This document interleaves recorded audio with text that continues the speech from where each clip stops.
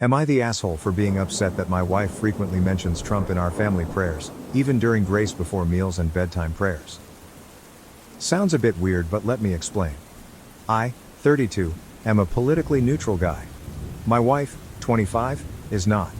She is pretty hardcore Make America Great Again, and has been since 2016 or whenever the last election was. She is pretty vocal on Facebook about her views and sometimes says some scary things. One time she asked my coworker to his face if he was documented. We literally grew up together in the Midwest, laughing out loud. Anyway, I usually let it slide because it's not hurting me. Like I said, I'm politically neutral. Last month though, she was getting my son, 5, to bed one night, and after reading to him she did a prayer before bed. Normal stuff like, please pray for mommy, daddy, grandpa, and Trump. When I heard her say that, I was confused why she was praying for just a guy who isn't in our family. I asked her about it really politely and she went off on me about how he is persecuted and needs prayers to win the election and fend off the enemy and whatever. Again, I let it go because I normally wouldn't care. But now she seems like she is doing this to spite me. Even during the blessing before a meal she adds, and bless Trump, amen, really fast before I can argue. Last night was the worst one though. My dad, 77, had a small stroke and went to the hospital overnight. After I told her and my son, I did a small prayer for him. Of course, before I said amen, my wife added, and bless Trump. Well, this time I got mad. I told her she should keep him out of our family prayers and that this is our personal connection with God she is messing with by bringing in some weird old politician. Suffice it to say, she hasn't talked to me since. Am I really in the wrong here? Maybe it's not that big of a deal, but I feel like it's gone too far. Am I the asshole? Top comments. Comment 1, damn. So you married a general asshole and now you're upset she's being an asshole to you specifically. You're not the asshole for asking your wife to not be petty when your father is in the hospital and you're feeling scared. But also, you chose the bed you're lying in. You're just starting to realize politics impacts all eventually. Comment 2. I let it slide because it's not hurting me. I can tell you that this political disconnect would be a deal breaker for me. And she's about to create another Make America Great Again supporter right under your nose. And you're okay with that? Forget that. Comment 3. Honestly, your wife openly being racist by asking a coworker if he's documented and you not putting your foot down right there does not sound like you're politically neutral. You allowed that behavior and just let it slide. That's not good, mate. You're not the asshole for being upset with your wife bringing Trump into your prayer over family.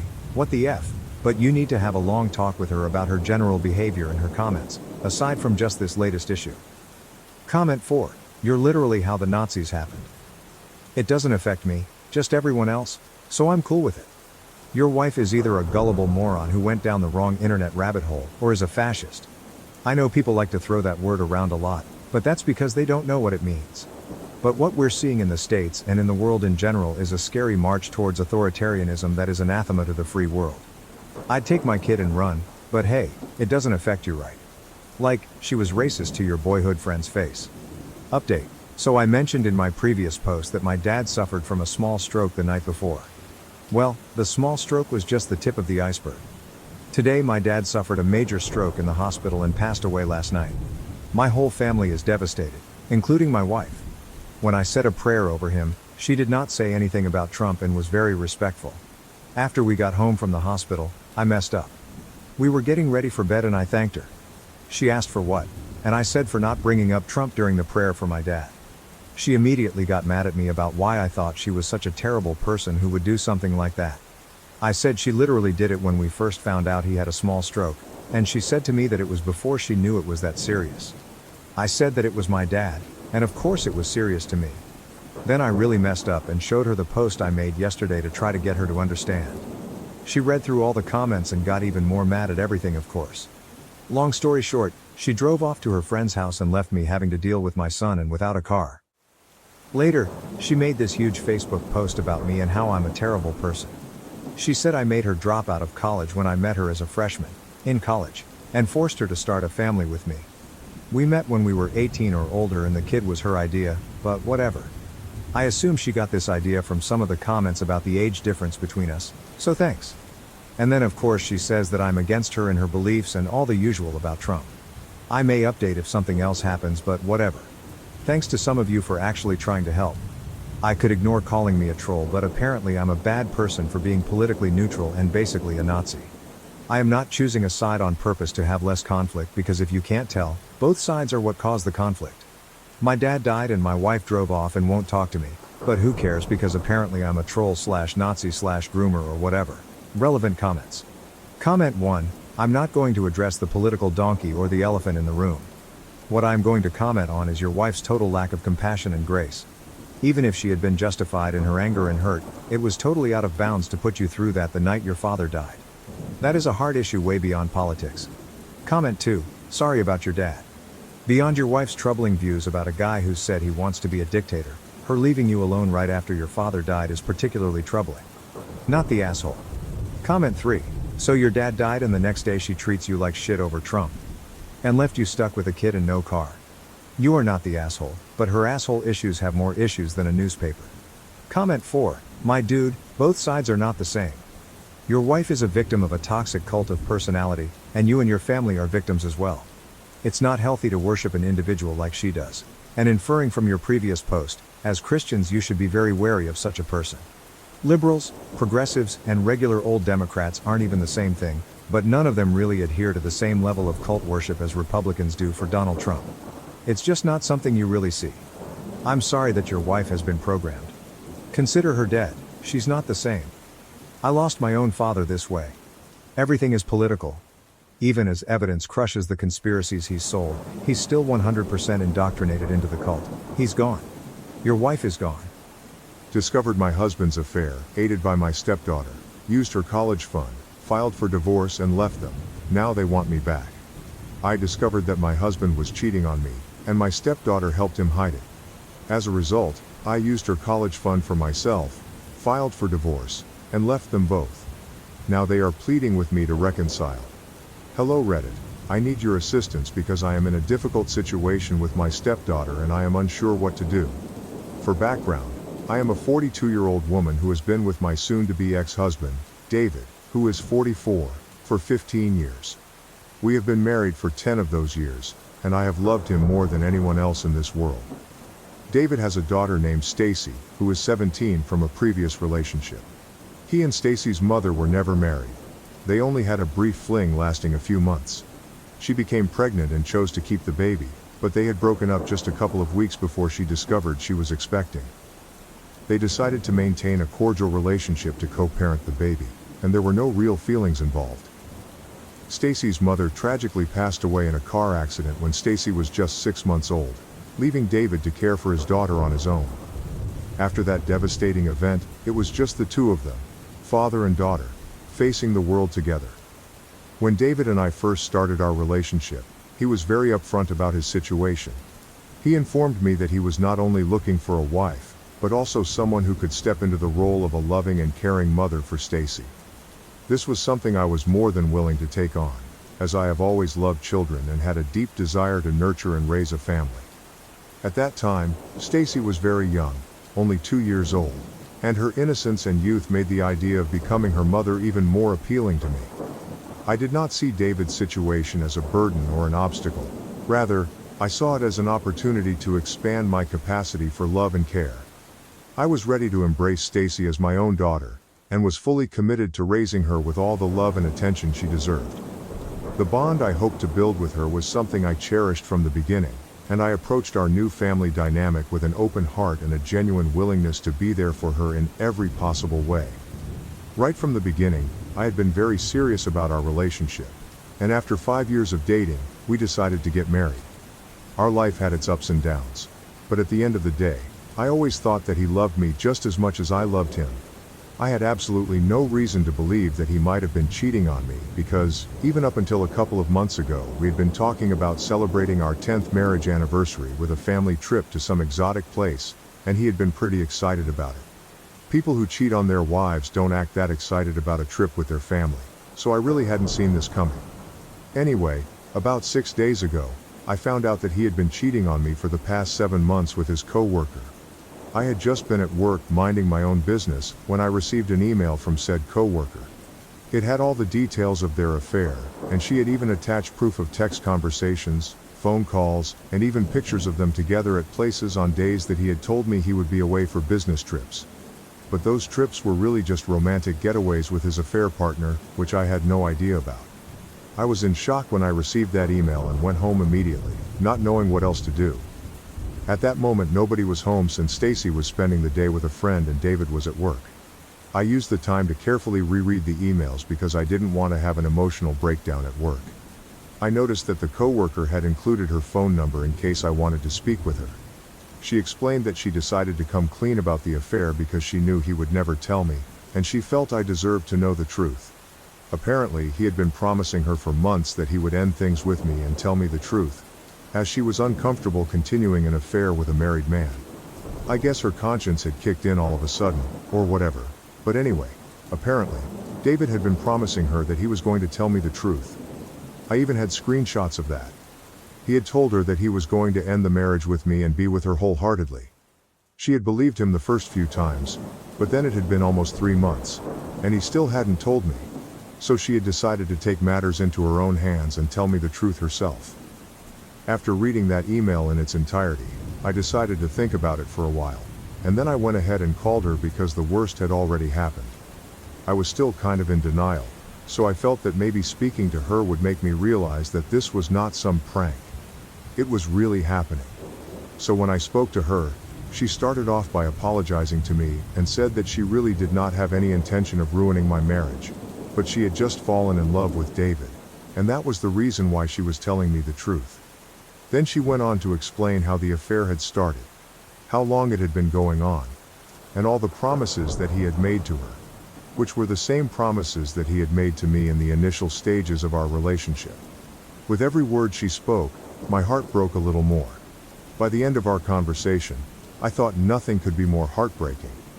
But then she revealed that Stacy had known about the affair all along and had been helping David cover his tracks. This revelation shattered me completely because I had always considered myself Stacy's mother and never thought of her as just a stepdaughter. I had been in her life since she was 2 years old and had raised her as my own. Discovering her betrayal felt like the end of the world to me. Honestly, his coworker let me know that apparently, every time he would need to lie to me or cover up for me, Stacy would make up excuses for his absence and why he was not picking up his calls. In exchange for keeping her mouth shut, he would buy her several expensive gifts. That explained a lot of things that had been happening recently. Like David had been totally spoiling her, and that hadn't been the case before, but I just thought that he was doing well at work, which is why he was trying to buy her nice things. He had also given me a lot of jewelry and clothes, so I had just assumed that this new habit of giving us gifts so frequently was because of how he was doing at work, but I guess not. Anyway, getting to know that Stacy had also been a part of this, and had even met her father's affair partner several times and had kept it a secret from me all along, broke me even more than knowing that David had been cheating on me. So after that phone call, I decided to pack up my things and move out of that house because I just did not want to stay there anymore and wait for the two of them to come back home. I felt betrayed, and I just couldn't even stop crying. I did not want to give David the satisfaction of seeing me like that. So I packed up a couple of things and then drove to a hotel out of town and turned my phone off because I honestly did not want to be contacted by anybody. That day, I was extremely upset and ended up drinking myself to sleep in the hotel room. The next morning I had to turn my phone back on to call in sick to work, and I found that I had about 1,000 unread texts and missed calls from David and Stacy. I didn't feel like responding to any of them. However, I did notice a text from a guy at the car dealership I had been talking to about buying a new car. I had been holding off on purchasing it to save more money since it was quite expensive. Additionally, I had been saving for our anniversary trip and Stacy's upcoming 17th birthday, as I had been considering gifting her a new car instead of buying one for myself. Anyway, when I saw that text, I remembered how I had planned to give Stacy a car for her birthday, and it filled me with overwhelming rage. In a moment of anger, I decided to focus solely on my own happiness without considering anyone else. The guy from the car dealership had texted to ask if I was still interested in the car I had selected. On an impulse, I decided to go down to the dealership immediately and purchased a shiny new luxury car for myself. I did not have any plans of buying that car since it was way out of my budget, but I did not need to worry because for the past 10 years, ever since I married David, I had been saving up and setting aside a college fund for my stepdaughter. I had decided to give Stacy access to that account as a surprise whenever she announced which college she was going to be attending, and I had been pretty excited about it. But now that I knew what had been going on for the past couple of months, I had no interest in surprising anybody apart from myself. So I used money from that account to buy myself a luxury car, and then I decided to drive it down to our house and finally confront my husband and my stepdaughter. When I arrived, they tried to hug me and express their worry from the entire night, but I didn't give them a chance. I immediately announced that David's coworker had contacted me, and I now knew the full truth of what had been going on behind my back. I expressed my deep disappointment in both of them. They both looked shocked, and David at least had the sense to remain silent because he knew the truth had been exposed. Then Stacy attempted to speak to me, saying she was just trying to look out for her father and was confused, not knowing what to do. She began to cry, explaining that she was very confused because she loved us both equally and wanted us to be happy. However, I did not believe her at all because I felt she was old enough to know the right thing to do, and she chose to do the wrong thing on purpose. Besides, I was certain that the gifts she received from her father helped her stay quiet about the entire situation. I didn't believe a word she said, and I told her as much. I was extremely angry and upset, so I even announced that I was leaving David. I think he should have seen it coming because I don't think anyone in my position would have decided to stay after finding out something like this. I then told Stacy that I was more disappointed in her than in David. Husbands cheat all the time, and it's not the first or last time that this will happen to a woman. But I had always expected her to have my back because even though we were not related by blood, I had never thought of her as my stepdaughter and had loved her just like my blood. Probably even more. It was her lies and betrayal that had hurt me even more than what her father had done. So I had decided that the college fund that I had been setting aside for her all these past years was not something that she was worthy of anymore, and I would be leaving both of them behind now.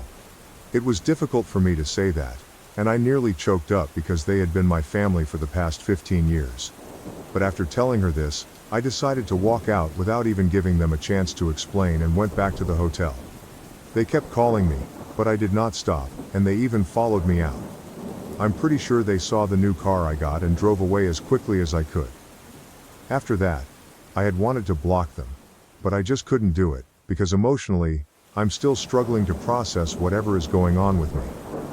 For the past 5 days, they have been trying really desperately to get back in touch with me and keep texting me almost every hour and trying to call me, but I just don't know what to say to them. So I just read all their messages and let it be. For the first couple of days, David tried to persuade me to forgive him, but when he realized it was futile, he shifted to apologizing, acknowledging that I deserved better, and asked me to reconsider my actions towards Stacy. He argued that she was just a child and should not have to suffer for his mistakes. Stacy also sent similar messages, admitting her wrongdoing and expressing her desire for a second chance, stating she always considered me her mother, and was deeply sorry. I had been ignoring all of these messages until yesterday when I received a text from David, saying he was tired of apologizing without any response and needed to know if I intended to return to the family. That really pissed me off because it was he who had messed up, and now he had no right to take that tone with me. So I texted him back immediately and said that I had already spoken to a lawyer and filed for divorce, which was not true. I was still trying to process everything and hadn't had the chance to speak to a lawyer yet. But he didn't need to know that. Then he did not reply for about an hour, and when he finally did, he sent me a long message about how I was not just being selfish, but I was also the villain, apparently, for choosing to act this way. He said that he was fine with me filing for divorce and choosing to leave him, but the fact that I was also choosing to leave Stacy behind just showed how selfish I was. He told me that apparently, Stacy had been devastated ever since I had left, and the fact that I had even said that I was going to get the college fund that I had been setting aside for her had really hit her hard because he had also known about this college fund, and that was the reason why he had not bothered to save up enough money. I do recall mentioning the college fund to him several times. He knew that I had been saving it to surprise Stacy, but I did not know that he did not have any money set aside for her college tuition. Anyway, he told me that since I had said I was not going to give her access to the money, they had realized that they were in big trouble because he did not have any set aside, and she had been thinking about going to college out of state, which would have been even more expensive. She knows that she's going to get accepted into her college, But now there's a big question mark about whether she's going to be able to go to the college of her choice or not because of the financial constraints. He thinks that I am the bad guy for rubbing this in her face and saying that I won't let her have access to her college fund even though I had been saving that money with the intention of giving it to her eventually. The fact that I'm using this one little mistake against her to be selfish because he had seen my new car just doesn't make any sense to him, and he thinks that I should really reconsider this. Now I feel very conflicted about what to do. The way he's putting it, I don't feel comfortable being the person who snatches things away from kids just to teach them a lesson, or to punish them, because I've never been that person. I don't want to be that parent. But at the same time, Stacy is not exactly a child, and she knew what she was doing was wrong. I don't know. I feel like she's disappointed me, so what I'm doing is not exactly all that wrong. I'm just very confused. Am I the A for telling my pregnant wife to stop using her condition as an excuse for not contributing to household chores and responsibilities? Original post, February 24, 2023. I am 36 years old, and my wife is 28. After trying hard for a baby, we finally got lucky, and she is now pregnant. However, it seems she is using her pregnancy to her advantage. She recently adopted a cat, despite my allergies, saying, "Think of the baby," or, "The baby needs a buddy." I reluctantly agreed but kept my distance from the cat. Whenever I ask her to help with chores around the house, she always claims she can't because of the baby. I tried to communicate that I don't want the baby to be an excuse for everything, but she started yelling at me, saying I have no idea what it's like to be pregnant and that I should get over it. It hurt me, I will admit. I stayed quiet and did everything she asked. I needed a break, no doubt. I cleaned the house every day, went to work, and took care of the cat she wanted while she quit her job and stayed home doing nothing but watching TV and eating. I did her makeup as she asked, rubbed her feet and massaged her, but it never seemed to be enough. One day, I asked if I could go hang out with my friends for a bit, and she got mad and started screaming that she needed me here. What about the baby? I was so tired and fed up that I told her to stop using her pregnancy as an excuse to get away with things. I cared about the baby, but I would not stand for this. She called me an asshole, and I walked out. Am I the A? Relevant comments. OP had 183, so I narrowed down as much as possible. Important comment. Before the pregnancy, we always shared the chores equally, and our communication was great. However, after she got pregnant, things began to change gradually. At first it was understandable. She couldn't bend over to tie her shoes or reach certain things. I did everything for her without any questions. But as time went on, it got progressively worse. She couldn't do laundry, cook meals, vacuum, or even check the mail. Everything became my responsibility. I didn't have time to visit friends or do anything for myself outside of earning money, taking care of the baby and my wife, and managing the household. It felt overwhelming as she no longer contributed. She continuously used the baby or her pregnancy as an excuse. I would have understood if she had complications or if it was a high-risk pregnancy, but the doctors never indicated any such issues. It reached a point where I had to give her massages, do her makeup and nails, and buy her expensive maternity clothes because she still wanted to look good. I understood her desire to feel pretty, possibly due to insecurities, but it was draining our finances. For instance, she wanted a robe she saw on TikTok that cost $160. Meanwhile, we hadn't spent nearly as much on the baby, only having a week's worth of clothes, while she accumulated much more. She has been acting on impulses like buying a cat despite knowing I am allergic. I tried to attribute it to pregnancy hormones, but it doesn't seem to be the case anymore. More about his plans for the cat. OP shared his thoughts on the situation with the cat, explaining that he wishes he could love cats the way people without allergies can, but unfortunately, he cannot. He wants to give an animal all the love and affection it deserves, but his allergies limit his ability to do so.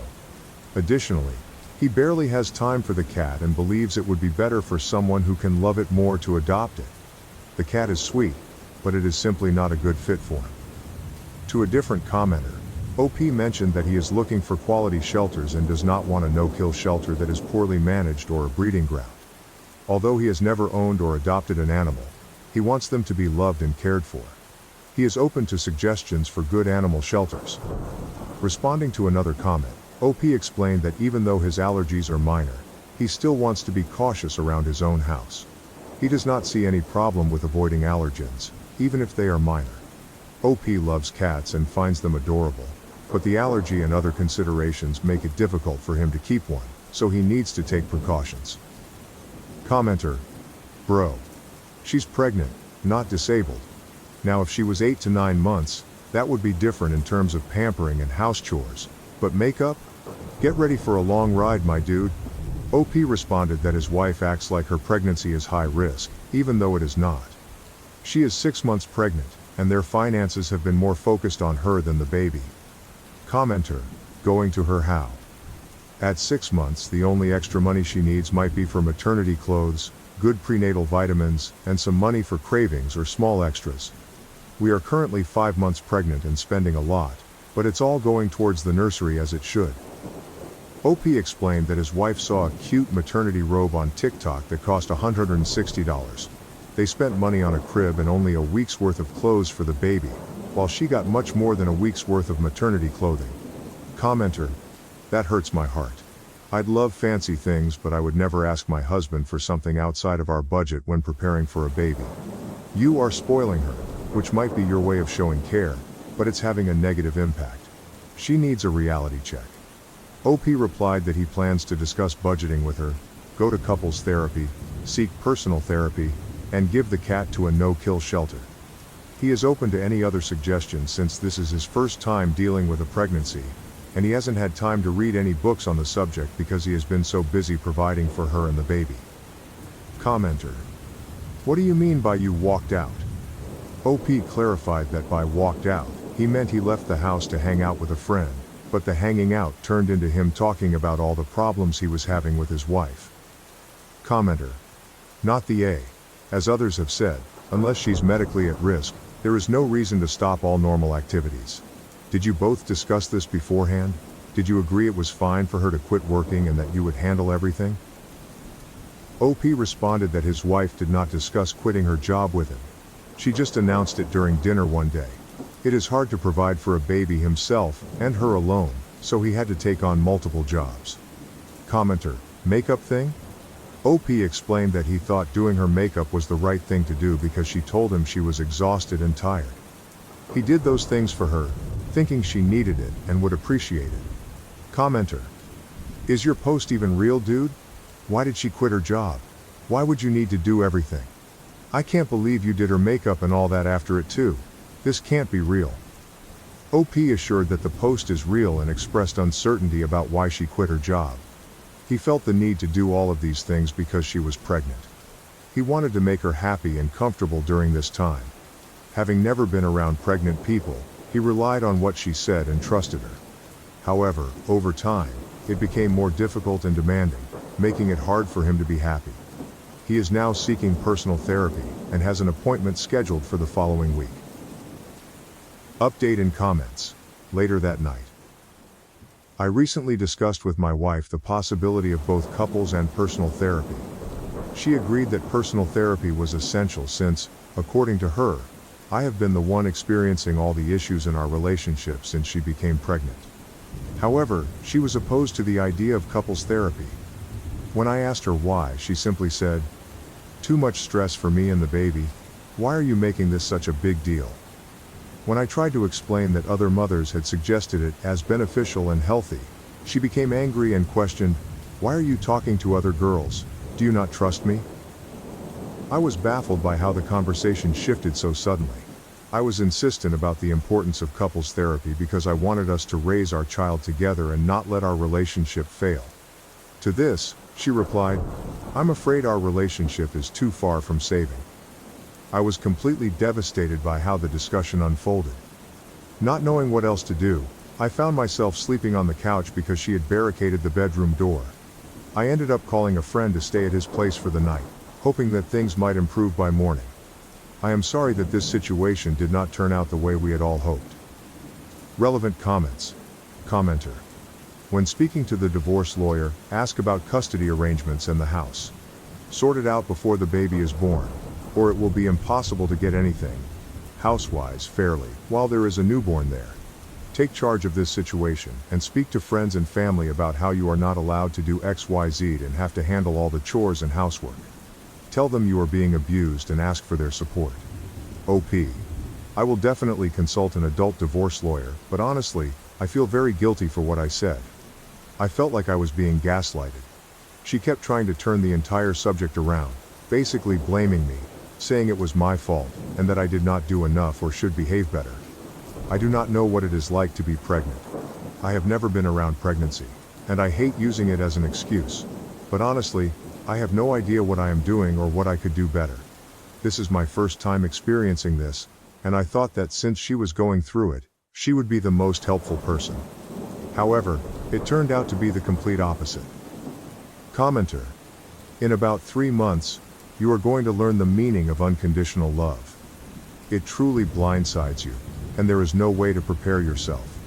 Just know that it will happen.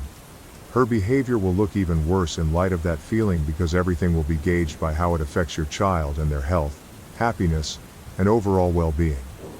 OP. Thank you really. Everyone has been such a help. They have opened my eyes to what is really going on. I just need to take some time to grieve and definitely talk to a therapist. It seems that my relationship has sunk. All I need to focus on now is the baby and getting my mental state back in place. Update Post 1, February 25th, 2023, next day. My wife's sister visited her and reported back to me that my wife was not behaving like her usual self. She described her as being paranoid, easily upset, and speaking incoherently. She suggested that we definitely need to talk to a doctor about this. I am very worried and fear the worst. I asked if I should come over, but she advised against it, and offered to take a week off work to help care for her sister if needed. She mentioned that my wife does not seem capable of taking care of herself at the moment. I agreed that this would be the best course of action for now. I am at a loss for what to do next, as I have never experienced anything like this before. Any advice would be greatly appreciated. Update Post 2, March 18, 2023, 3 weeks later. I will keep this brief and to the point. My wife went to the doctor and was diagnosed with something called postpartum psychosis. I got this information from my sister-in-law. I have been researching this condition as I know very little about it and am looking for reliable sources and advice on how to help her. Any assistance would be appreciated, whether you have been through it, have experience with it, or just know about it. I thought postpartum issues occurred after pregnancy, but this is a completely new concept for me. Relevant comment. Commenter. You need to get in contact with a doctor before she becomes a risk to herself or the baby. Call the damn paramedics if you need to if she becomes completely resistant to speaking with medical professionals.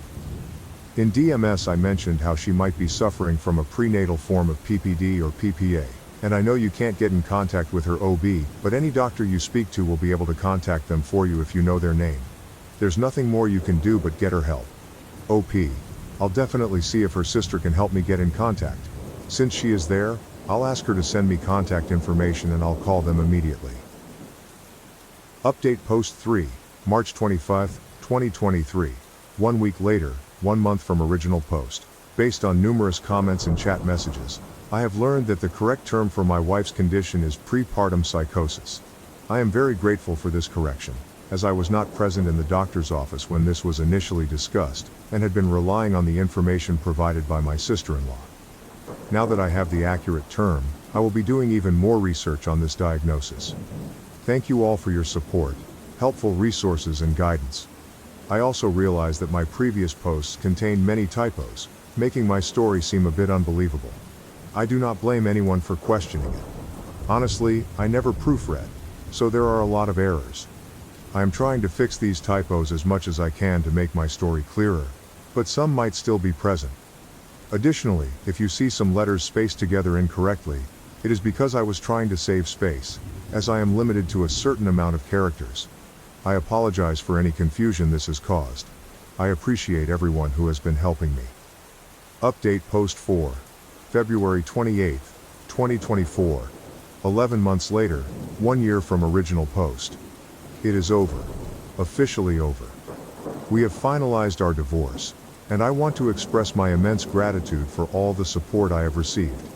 The divorce and custody process was extremely challenging, but we managed to get through it. I desperately wanted everything to work out for the best, but there was too much damage and conflict. The stress and fighting took a heavy toll. I am committed to doing whatever I can as a father to protect and raise my child. Thank you to everyone who has been with me throughout this journey. I am grateful to say that I am now in a happier place. Editor's note. I noticed some discussion the other day about the new update tag being confusing. It technically means that there is a new update to this specific sub that has not been posted before, not that the update itself is new. This update is 5 months old but is new to the sub. That said, I can change the tag to concluded if people would prefer. In my opinion, this story highlights several significant aspects of life that many people can relate to. The primary themes include mental health care, family responsibilities and burdens, communication and relationship struggles, divorce and parenting, as well as community support.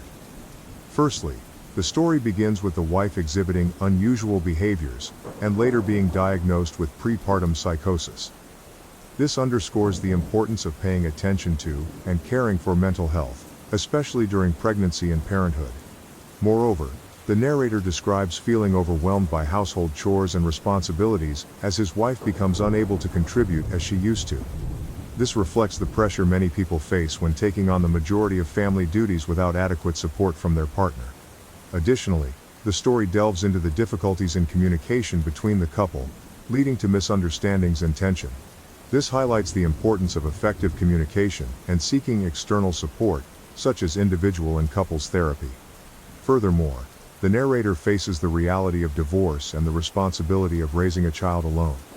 This addresses the challenges and emotional complexities of ending a relationship and starting a new life chapter. Finally, the story emphasizes the role of community, friends and family in providing advice and support during tough times. Overall, this story touches on crucial life topics, from mental health and family responsibilities to relationship dynamics, divorce, parenting, and the importance of community support. My wife abandoned me to find herself 2 months ago, taking our savings. Now I'm rebuilding my life and preparing for divorce. Original post. October 27, 2023. My wife Mary's family has a history of developing dementia in their mid to late 50s. Her mother, grandmother, and several other relatives on her mother's side have experienced this condition. Mary's mother lived with us for 4 years until earlier this year, as her father has passed away. Our children are independent and have moved out. Our oldest daughter is in her final semester of college, and our younger child has enlisted. The past 4 years have been extremely challenging for us, our kids, our daughter moved back home temporarily during COVID, and our marriage. Living with someone with dementia is incredibly difficult. Over the last year, we frequently discussed using the remaining college funds and our regular savings, selling or renting out our house, as we were ready to downsize, quitting our jobs, and traveling for a year or until the money ran out. We just needed to wait for Mary's mom to move into a care home. I understood her anxiety about developing dementia, and I was burned out.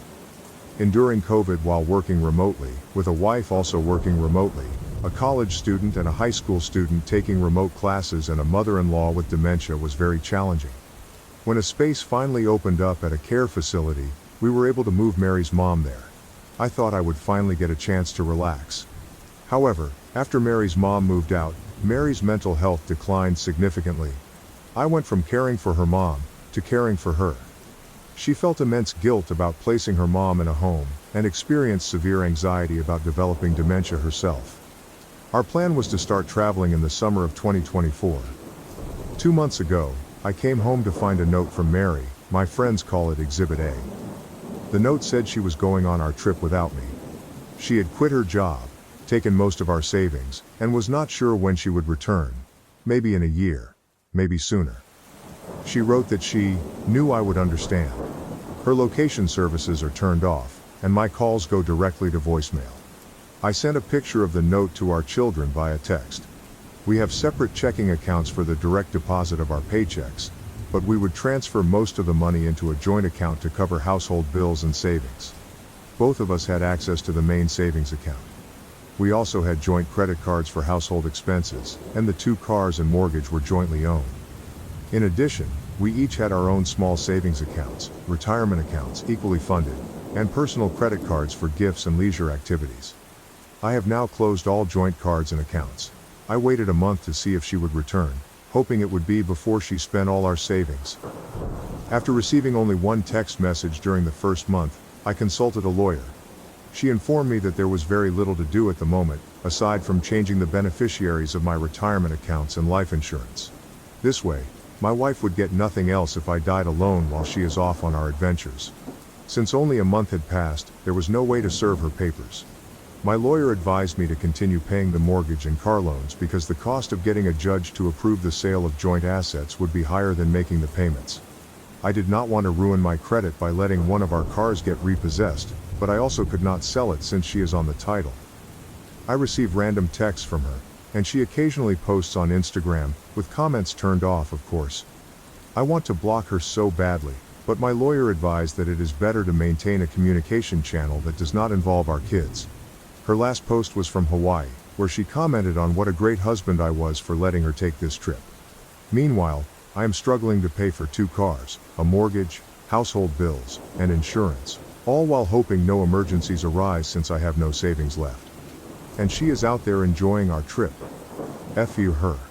I'm so mad at her. I spent 4 years helping take care of her mom, and then took care of her when she fell apart after her mom moved into a memory care home. And how does she thank me? By abandoning me.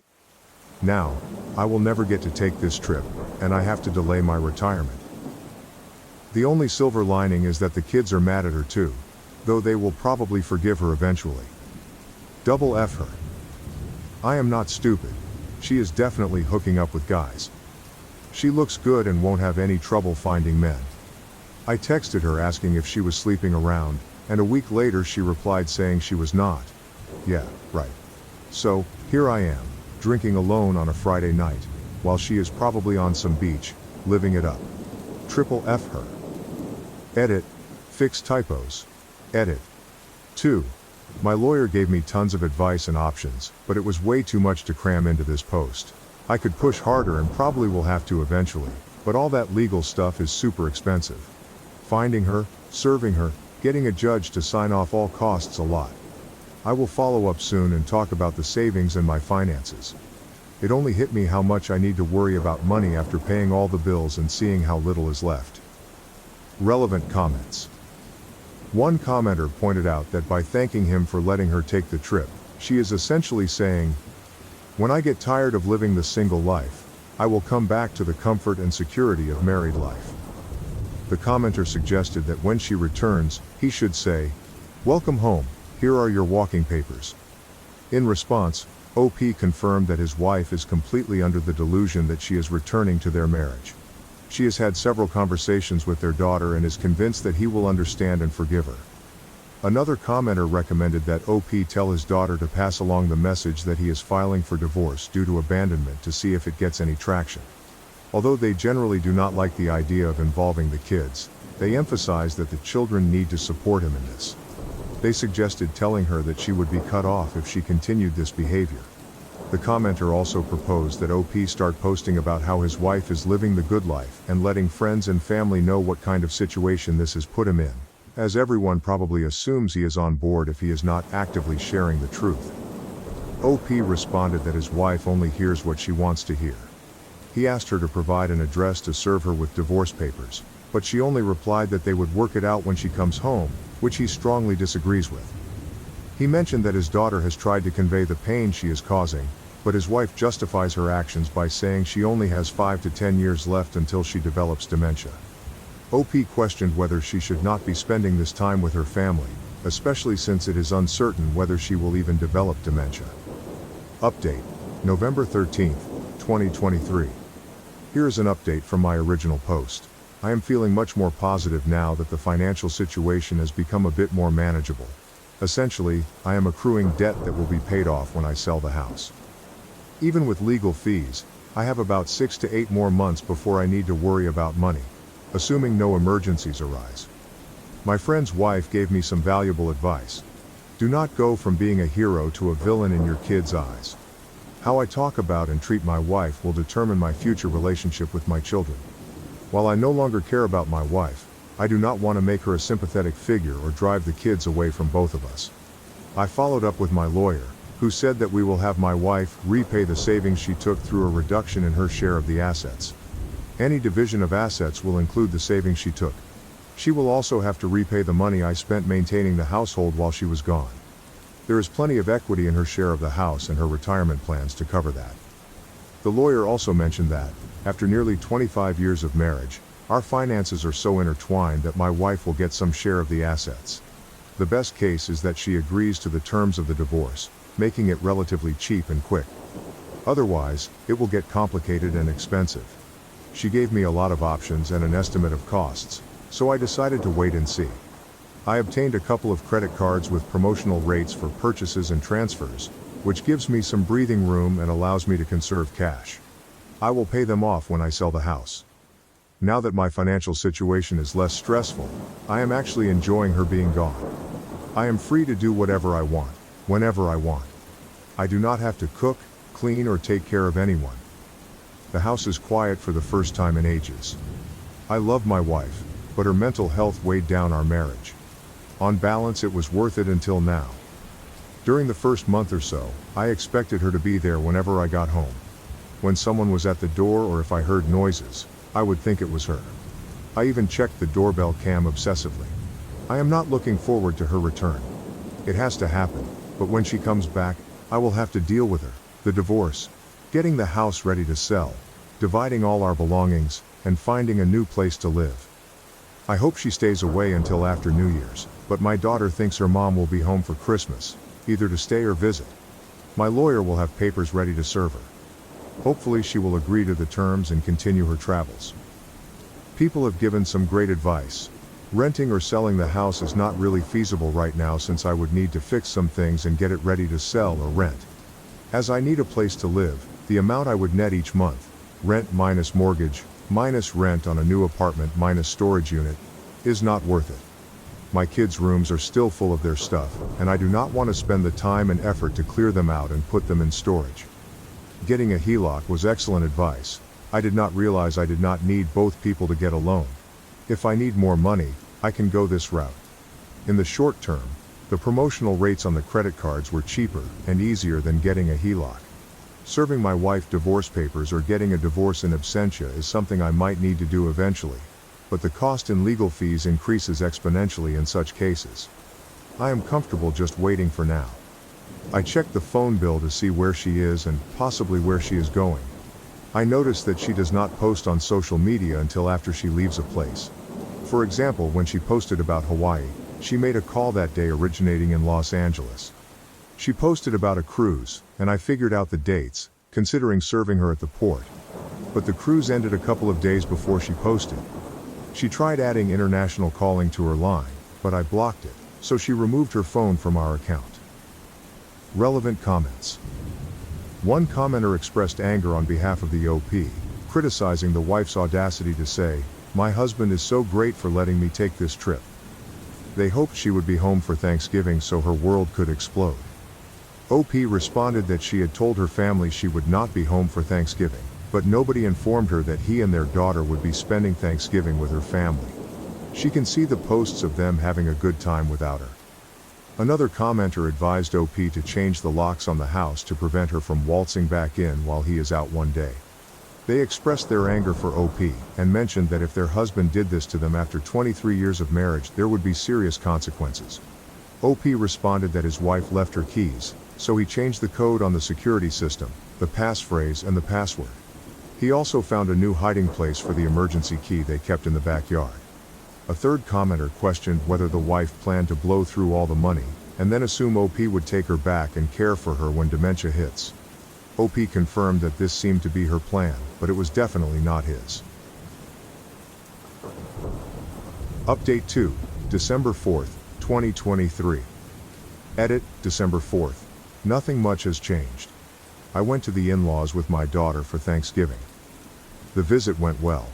Everyone was kind and tried to apologize for their daughter, sister, cousin, and niece. I told them it was not their responsibility to apologize. I just appreciated them taking us in, as it meant a lot to my daughter to be there. Edit.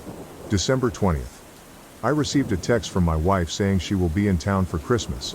My lawyer informed me that the papers are ready so she can be served. It feels like an early Christmas gift. I posted this to my profile in case my update gets deleted. Update 3. January 28, 2024. My wife texted me in the middle of December to say she would be home for Christmas. I informed her that our daughter and I would be at my brother's and that she was obviously not welcome. I left her car in the driveway with the key fob in the backyard. She was not allowed in the house unless I was there, as she did not have keys to get in. She ended up spending Christmas with her sister. When we returned, I met with her. I decided not to be overly confrontational because I did not want to give her the satisfaction of thinking I cared enough to be angry. She was taken aback by how detached I was, and I could tell it bothered her that I did not show much emotion, not even anger. My main goal was for her to agree to a divorce. This summary covers several different meetings, both with and without our daughter, who has not yet wanted to meet with her mom alone. I asked why she left without telling anyone. She said she did not want to wait a year, she did not want anyone talking her out of it. She did not want to work anymore, and she wanted to leave before her mental health got worse. I am sure it was mostly because she did not want me to stop her from taking the money. She knew I would take care of everything with the kids and house when she left. We had decided to go in the summer of 2024 for a few reasons. Packing everything and getting the house ready to sell was going to be a lot of work. We wanted to make sure our daughter graduated college, got a job, and was settled. We wanted to make sure we had money when we got back. We wouldn't have a house, cars, or jobs, so we needed money because it could take months to find work and a place to live. We didn't want to have any worries or deal with a mess back home. At some point in our planning, she began questioning if she ever wanted to go back to our old life. She did not want to work full-time or buy a house and stay in one place after we returned. She was unsure of what she wanted, but she did not think she would figure it out by talking to me. I told her that the reason for taking the trip was to figure those things out together, to see what we wanted for the next part of our lives. I asked her why she did not just get a divorce before she left. Then she would not have had to do this behind our backs, and she would have had plenty of money without stealing our joint savings. She claimed that she did not want a divorce and that she wanted us to live whatever life she figured out. I told her that is not how marriages work, with one person deciding for the other. In talking and texting with our daughter, her family, and through my texts and voicemails, she realized I might not forgive her. She was right about that, so she might have to visualize a future without me. This is where I had hoped she would say some stupid shit like she was going to squander all her money living in a van and make travel vlogs, or she met some guy that she needed to wire money to so they could open an ice cream shop in Alaska. Instead, she wants to be a digital nomad, working part-time, fully remote, and living in new places. She tried to convince me to go with her, but I'll never be able to trust her, plus I don't love her anymore. Traveling like that for a few years doesn't sound bad, but she doesn't have a job or any work lined up. She's not in her 20s, and that way of living will get old quick. No close friends, no family. I want her to make it work so she won't be here trying to get back in our lives. How are the kids doing? Our son would not have seen us the entire time she was gone anyway. He only responds to her with very short texts. He told me she wanted to see him, but he said he was too busy and would not be able to get away. Since he lives in the barracks, it is an easy excuse to avoid her. My daughter has stopped talking and texting her. She is quite upset. Her worry turned to anger when she realized her mom was not having a mental breakdown, but was just being selfish. If her mom were sticking around, they could probably work through it eventually.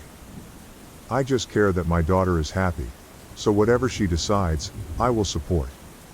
Did she spend all the money? She spent about half. I think she realized she needed to figure things out before she completely ran out of money. Did she sleep with anyone? I did not ask because I did not care. Asking would imply I wanted her back or that it mattered. Even though I did not ask, she claims she did not. But I am not sure if she is lying. She might just be saying that because she does not want the kids to have another reason to be mad at her. Does she feel bad for what she put us through? She claims she does and wishes she had handled it differently. She said getting away and figuring herself out was best for her. She believes her siblings and our children will allow her to live with them, similar to how we let her mom live with us. I am sure when she imagines her future, she sees our kids being there for her. But that might not happen. At least not in the same way as before. Although it might sound surprising, I am actually quite happy with how things have turned out. Our divorce is far from final, but we have agreed on the major points. We will sell the house, divide the retirement funds and house profits, and repay the money she took as well as what I spent maintaining the household. I got most of what I wanted from the settlement, and she will soon be mostly out of my life. I will not have to pay alimony, and since she has chosen to make significantly less money than before, I will not be forced to support her. That would have been a real blow. She is no longer my responsibility, and I will not have to care for her if she gets sick or goes broke. I have decided to start dating again. I did not realize that a 50-year-old man with grown children, a good job, and in decent shape would be considered a catch. While I am not overwhelmed with attention, I have received more interest than I expected. It has been nice meeting new women. I have worked out the finances and will be doing well after everything is settled, only having to support myself. This is not where I wanted to be at 50, getting divorced, and using Reddit as a form of free therapy. However, I am happier now than I have been in a while. I am even planning a little vacation of my own. P.S. Thank you to everyone who has responded and reached out. It meant a lot. Many commenters have shared their thoughts and advice. One commenter mentioned that they had been thinking of me regularly, especially over Christmas. They expressed relief that I have sorted things out and found happiness. They called my ex-wife selfish and an idiot, predicting that she will eventually realize she made a huge mistake and lost the people closest to her. They wished me luck with dating, and suggested sticking to women aged 35 and older, hoping I have a very happy and loving future.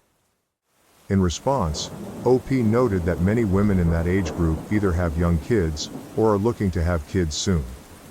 While there is nothing wrong with that, I have already raised my children. Another commenter complimented me saying, "Sir, you are a catch," and advised not to date anyone under 30. They toasted to a new life. OP replied by mentioning that I have recently gotten everyone out of the house and am not interested in dating anyone who has young kids or wants kids. I also added that it would not matter if they did, as I had taken care of that a while back. My parents told my brother he could have my house, and I should live in the camper in the backyard since I'm single and he has a family. 1 hour story. Post on January 23, 2023, begins in 2020. November 2022. I'll warn everyone here that this is going to be very long. So long that I'm splitting it into 2 posts and including a summary for each. I don't really care who believes this. It's just so crazy that I don't blame anyone who calls it false. I won't argue about it. But this happened to me. I also don't care if anyone in my family sees this. I'm not going to sugarcoat anything. But I'm also not going to reveal any details that would clue anyone into who I am that doesn't already know me. I'm a single man in my early 30s. I have a brother who's 29, and he's already got 4 kids now. He had his first at 22, and the second followed a year later. Then the third 2 years after that. And the fourth was born a couple of months ago. His wife, my sister-in-law, and I do not get along as she always tries to provoke me by acting superior. Then she turns into an extreme self-victimizing drama queen if I retaliate in any way. She can cry in an instant and put on a very convincing show to get sympathy from just about anyone. My parents and brother adore her, even though they know exactly how she really is and just don't care. She's very good looking, I'll give her that. But she's so awful that I could never be attracted to her. She also refuses to get any sort of job, even though she has a college degree and my mother willingly helps with the kids all day. So their finances are entirely dependent on my brother. This also means they can't afford to live anywhere but my parents' house. And privacy is a bit of an issue with all of them under one roof in a 3-bedroom house that was built in the 60s. Growing up, my younger brother was also the obvious favorite. We're 3 years apart in age, but he developed a superiority complex because I was badly punished if I retaliated against his antics in any way back then. It was obvious my parents cared for him a lot more because he got the lion's share of everything unless people called them out on it. Which did happen a fair bit by other family members. This is why my parents packed us all up and moved us about 150 miles away from them, so they generally would only see us on holidays since it was a 3-hour drive. My brother got physically abusive towards me on a number of occasions, flirted relentlessly with my first girlfriend to the point she broke up with me, and laughed at any misfortune I had. And my parents just told me to suck it up whenever I was upset about it. I only got equal treatment when my parents wanted to keep up appearances. I admit it was rather funny to see the looks on their faces whenever they had to treat me equally to my brother on birthdays and Christmas because other people were present. We had relatives that were very nosy and loved gossiping and drama. So my parents did their best to hide what was really going on and threatened to take all my stuff away if I didn't keep my mouth shut. If anything, it just made my parents celebrate more when I turned 18 and moved out because it meant they no longer had to provide for me. I wasn't even done with high school yet when I moved out. But couch surfing was far better than living with them. I was in low contact ever since leaving home. They didn't even show up for my high school graduation. But I didn't care.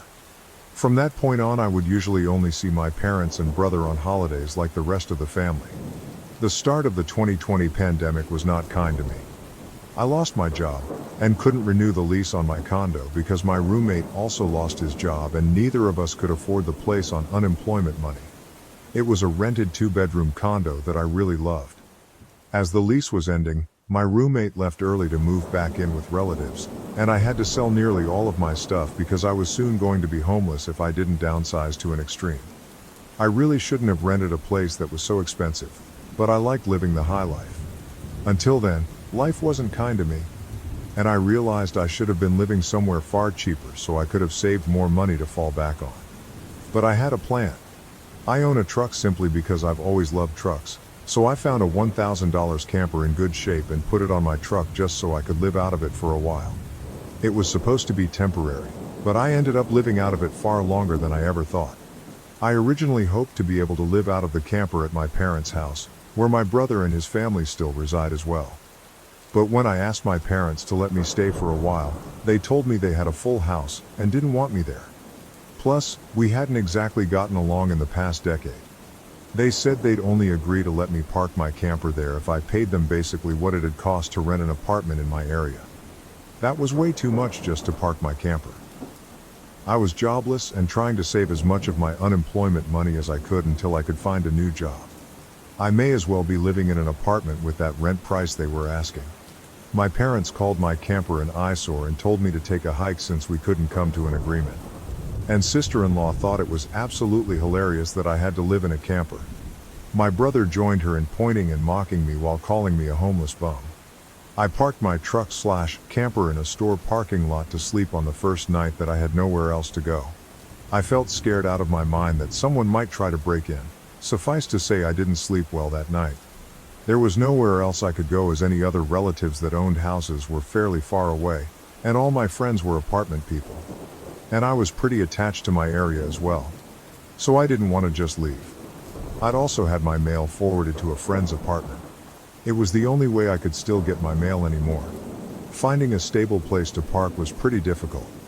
I went looking around to try and find a job similar to my old one. It took months of living the nomadic camper life. At that time, I had to deal with a lot.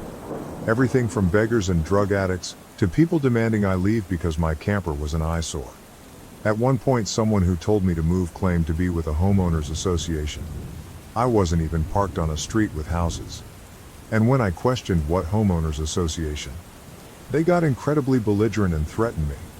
I moved my camper anyway just to avoid the trouble.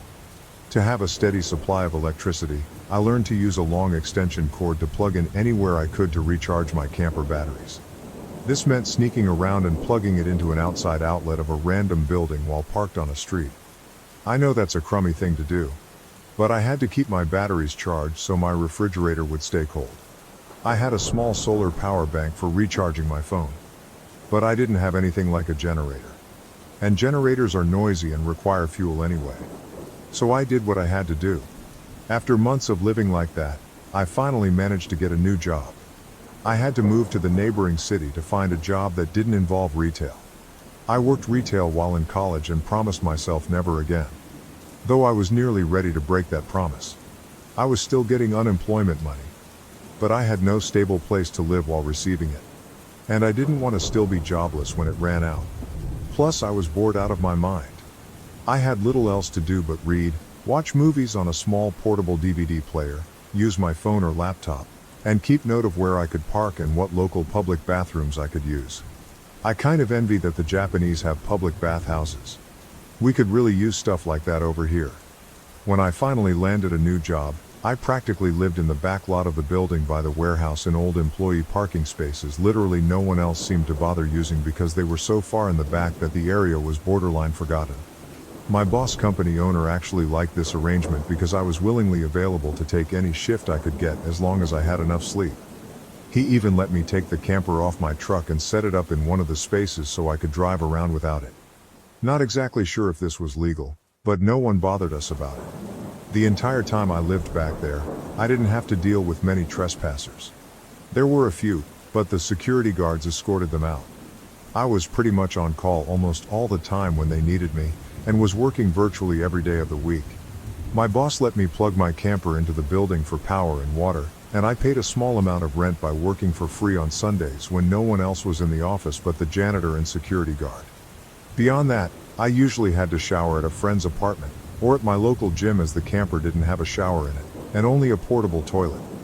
And I didn't want to fill it because emptying it is a nasty chore. So I used other bathrooms as often as I could.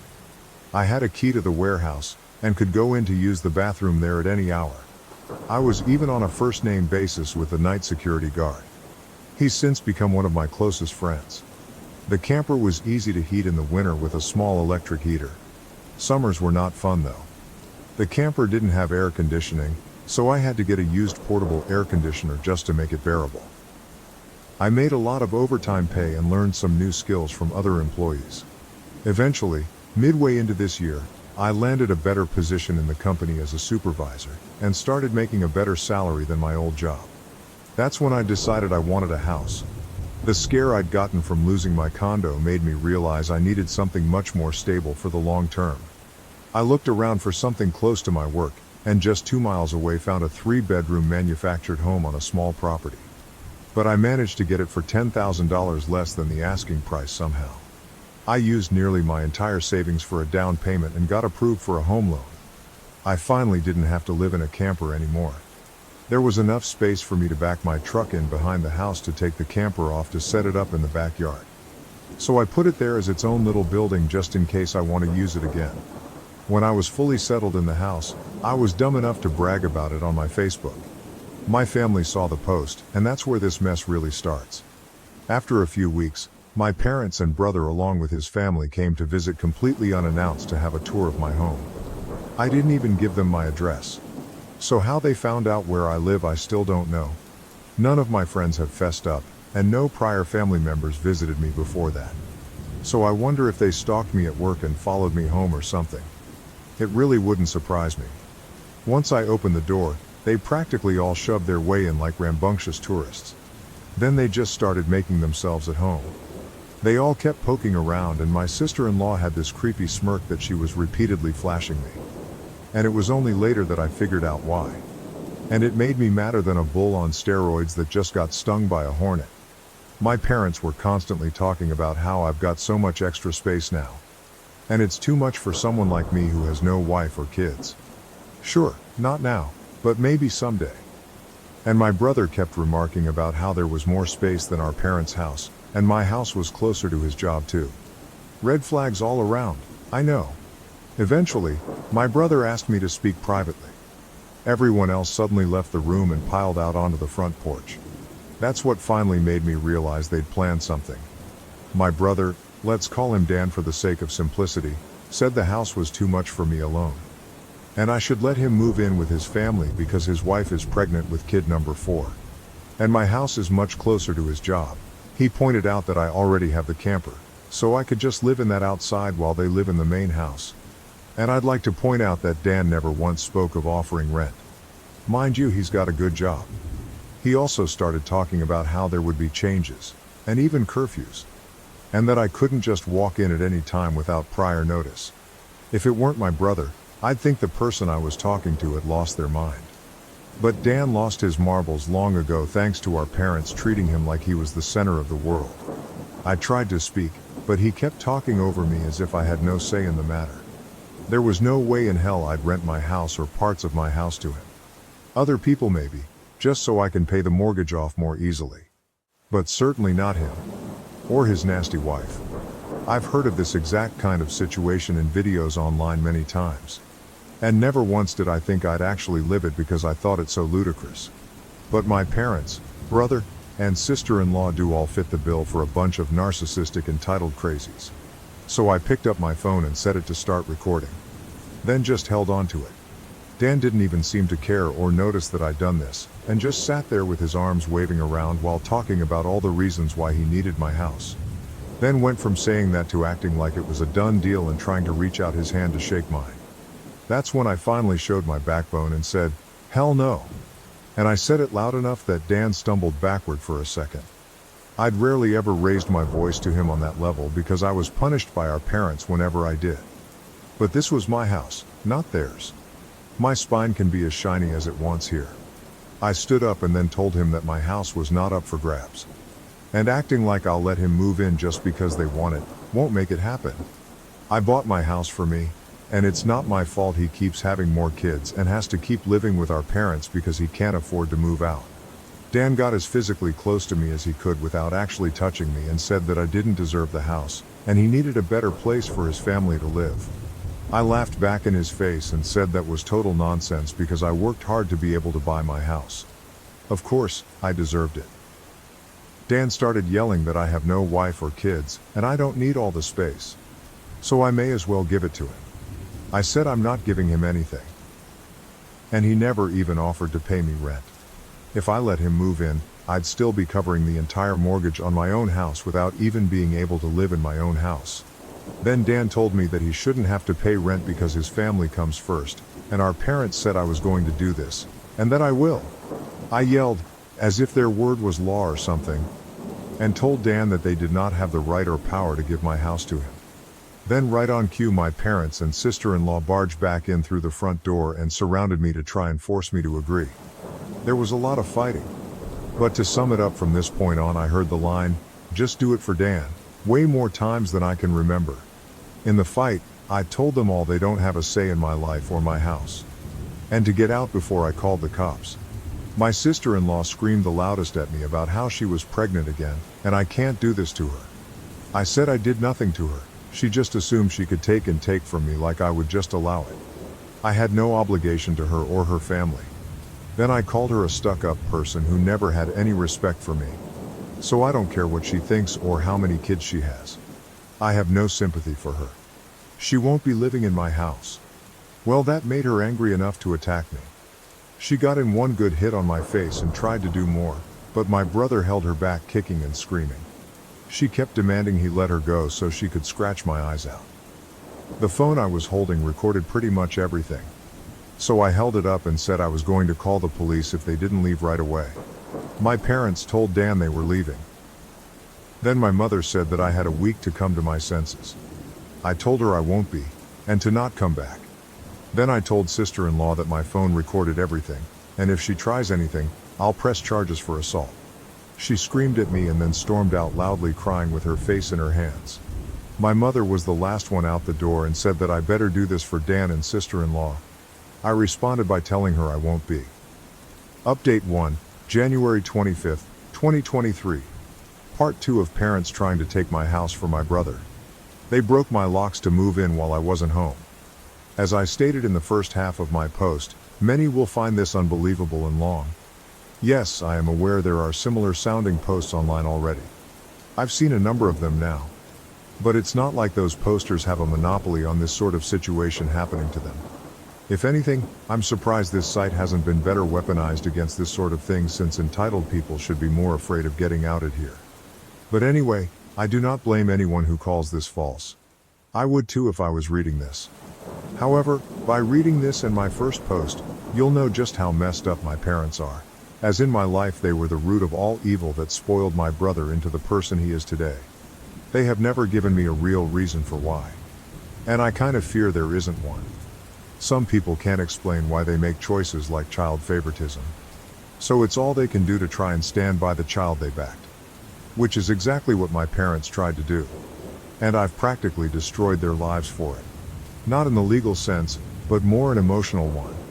After I kicked my parents, brother and sister-in-law out for trying to force me to hand over my new house to my brother, I immediately went to my social media and told the story to the whole family. It spread pretty fast, but you won't find it now because it all got deleted some time ago and I put my own profile in private. I posted about it because I knew that the first thing my family would do when they got home is try to twist the event to make me the villain. And I was exactly right. But I had about an hour to get started before them. And I had video evidence to back up my story about what they'd done. No, I don't plan on showing the video here. So don't ask. Being preemptive worked because I got a fair number of family members on my side right away. My parents, brother and sister-in-law must have been all set to write their own post, but it was too late. So they didn't even bother trying to lie much. My parents, Dan and sister-in-law had a few flying monkeys supporting them, but not much else. Plenty of others knew how entitled they already were. So what happened was something they all quickly understood and accepted. There was one person in particular that called me. I don't know who they were. But they ranted at me that I was a horrible brother and I needed to make way for a real family man. I just ended the call and blocked the number. This didn't repeat. The week went by and my parents showed up with Dan at my front porch just like they said they would in their prior ultimatum. They rang my doorbell like crazy and also pounded on the door until I finally answered. I opened it just a crack, and they tried to shove their way in again. But I'd installed a couple of latch chains that prevented it and even braced my body against the door for good measure. My father and brother demanded I let them in. But I said I was recording everything on camera and would call the police if they tried to force their way in again. My mother calmed them down, and then in her most sickly sweet tone asked me if I was ready to let my brother move in. I told her and the rest of them to leave and never come back. My mother put on the crocodile tears and asked me why I can't just do this for Dan because he's my beloved brother. I laughed and then bluntly said I do not love him as a brother because he treated me terribly for years, and they only encouraged him to do so. They are terrible parents, and he is a terrible brother. Then told them to leave or I'd be calling the police as soon as possible. They all left surprisingly easily, apart from my mother's loud crying and the others giving me dirty looks. One could say making them leave was suspiciously easy. I thought the whole mess was over. But I guess I should have taken them more seriously, because they had other stupid plans. I came home later that week on Friday evening to find a moving truck and my brother's minivan parked in my driveway. It was Dan and his family there moving stuff in. He just waved to me with a smug grin when I saw him. I was furious and told him and the rest of his family to stop. But sister-in-law smugly said to me that like it or not, they were moving in. And then in the most fake way while tilting her head and puckering her lips, she said that it was okay, because my mommy allowed it. And I should always listen to what my mommy tells me. I seethed with rage just hearing those words and looking at her smug face. So I locked myself in my truck to call the cops right away. When they realized what I was doing, sister-in-law started pounding on my window and yelling at me to stop. And that I can't do this to her because she and Dan need the house. And she cried, "Why can't you just do this for Dan?" I responded with, "Forget Dan, it's my house, not his." Then she threatened to scratch the side of my truck unless I stopped calling the police. All of which the 911 operator heard thanks to the window being slightly open. I told sister-in-law if she damaged my truck, I'd sue her. And she was smart enough to retreat. When the police arrived, Dan and sister-in-law along with their kids had locked themselves in my house. I told the cops what had happened, as well as showing them my new driver's license that had my current address on it. Then when we went to my front door, I saw that they'd changed the lock. And the old lock was laying on the porch with the center of it drilled out, and the drill they used was laying right next to it, with a complete Harbor Freight drill bit set. Could they have been any more stupid leaving evidence out like that? I pointed out the broken lock and drill, then gave the police a rundown on all the events that happened prior. Well, I guess Dan called our parents over at some point after I arrived home, because they showed up while I was talking to the cops. My parents immediately lied and started saying that I'd agreed to rent my house to my brother and his family. I said that was an easily provable lie one way or another. So Dan and my sister-in-law finally came out of my house with some papers in hand. They both looked super smug, like they'd somehow outsmarted me. They'd actually drawn up and printed out a fake rental agreement. But my signature was not on it. There was one, but it looked nothing like my handwriting. I don't think any of them have ever actually seen my signature. So that was incredibly stupid on their part. I told my parents and Dan that it was blatant fraud. And if the cops investigated, they'd easily figure that out. And I don't think going to jail and court would do them any good. It could even make Dan lose his job, which is his only means of providing for his family. I also said I would get a lawyer and sue for damages if anything of mine was lost, stolen or broken. And I'd call Child Protective Services too for good measure. Dan went white and looked really scared when I said all that, but my mother got between us and doubled down about how I should just do this for Dan, and live in the camper so they can finally have a family home to themselves. I yelled at her that if she thought it was such a good idea, she could do it for Dan herself and let Dan have her house to himself instead. The cops separated my mother from me and I said I wanted them all out right now or I'll press charges. I stated in a shout about how they drilled out my front door lock to break in. The lease papers were obvious fakes. They badly forged my signature and I have recorded video of my sister-in-law attacking me. Those are felonies I could ruin their lives with if I wanted. And if they didn't leave, that's exactly what I'd do. The only reason I hadn't already was for the sake of Dan's kids. So they have one chance to get out. The moment my parents heard that, I think it finally clicked that they could not force me to do it for Dan. My mother surrendered and said she'd put an end to this. Then she went over to my sister-in-law and spoke with her quietly for a minute while my father spoke to Dan. My sister-in-law instantly started loudly crying and ripping up the fake rental papers into tiny bits and tossing them like confetti, only to have an officer tell them to pick up the bits of paper or he'd cite them for littering. Both of the cops at this point had the "I don't get paid enough for this" looks on their faces. Dan had to start telling his kids to load their stuff back into the moving truck. The kids were all crying, and the eldest was sobbing that he won't get his own room now. My sister-in-law and Dan gathered their kids up to try and make one last pathetic attempt to guilt me with the sad family routine. You know, where they all gather together in a sort of group hug while all facing one direction. I swear, I think they'd practiced it beforehand. All of the kids had the same pleading look with quivering mouths. My sister-in-law kept rubbing her pregnant belly and tilting her head to look like a sad puppy, and my brother just made the saddest face he possibly could and said, "Please don't do this. We need to be able to live here." But I didn't falter and told them to keep packing. All the kids and my sister-in-law turned the crying up to 11, and Dan yelled at me, "Are you satisfied with yourself? You've denied us a home because you're too selfish to share and help our family." I ended up laughing like a maniac and retorting that what he was trying to do was taking, not sharing. And no amount of crying will make me let his family move in because he's no brother of mine anymore. He's just an entitled person who thinks he can take whatever he wants from me like when we were kids. Dan started cursing at me until the cops told him to cool it or he'd be in cuffs regardless if I wanted to press charges. He sucked in his lips and looked a mix of afraid and supremely pissed off. I asked the cops if they could stick around until my parents, brother and sister-in-law had all left. And they said they had no intention of going anywhere until this had been resolved. In fact, in the next few minutes 2 cops became 4 as more drove in for whatever reason. That gave my parents some extra incentive to get moving. I made Dan give me the keys to the new lock he'd put on my front door, though I got another lock the next day anyway because I didn't know if he had copies of the keys or not. He was really reluctant to hand them over. Then instead of handing them to me, he actually threw them down the street and into a storm drain while saying to go get them myself. But one of the cops scolded him for that and made him go get them. He had to pull the grate off just to get at them. And he got pretty dirty in the process. When he got the keys back, he just grumbled then slammed them down into my hand. I then told them all to leave and never come back. My mother said I'd be disowned for this, as if that were some kind of threat to me. And I voiced that to them.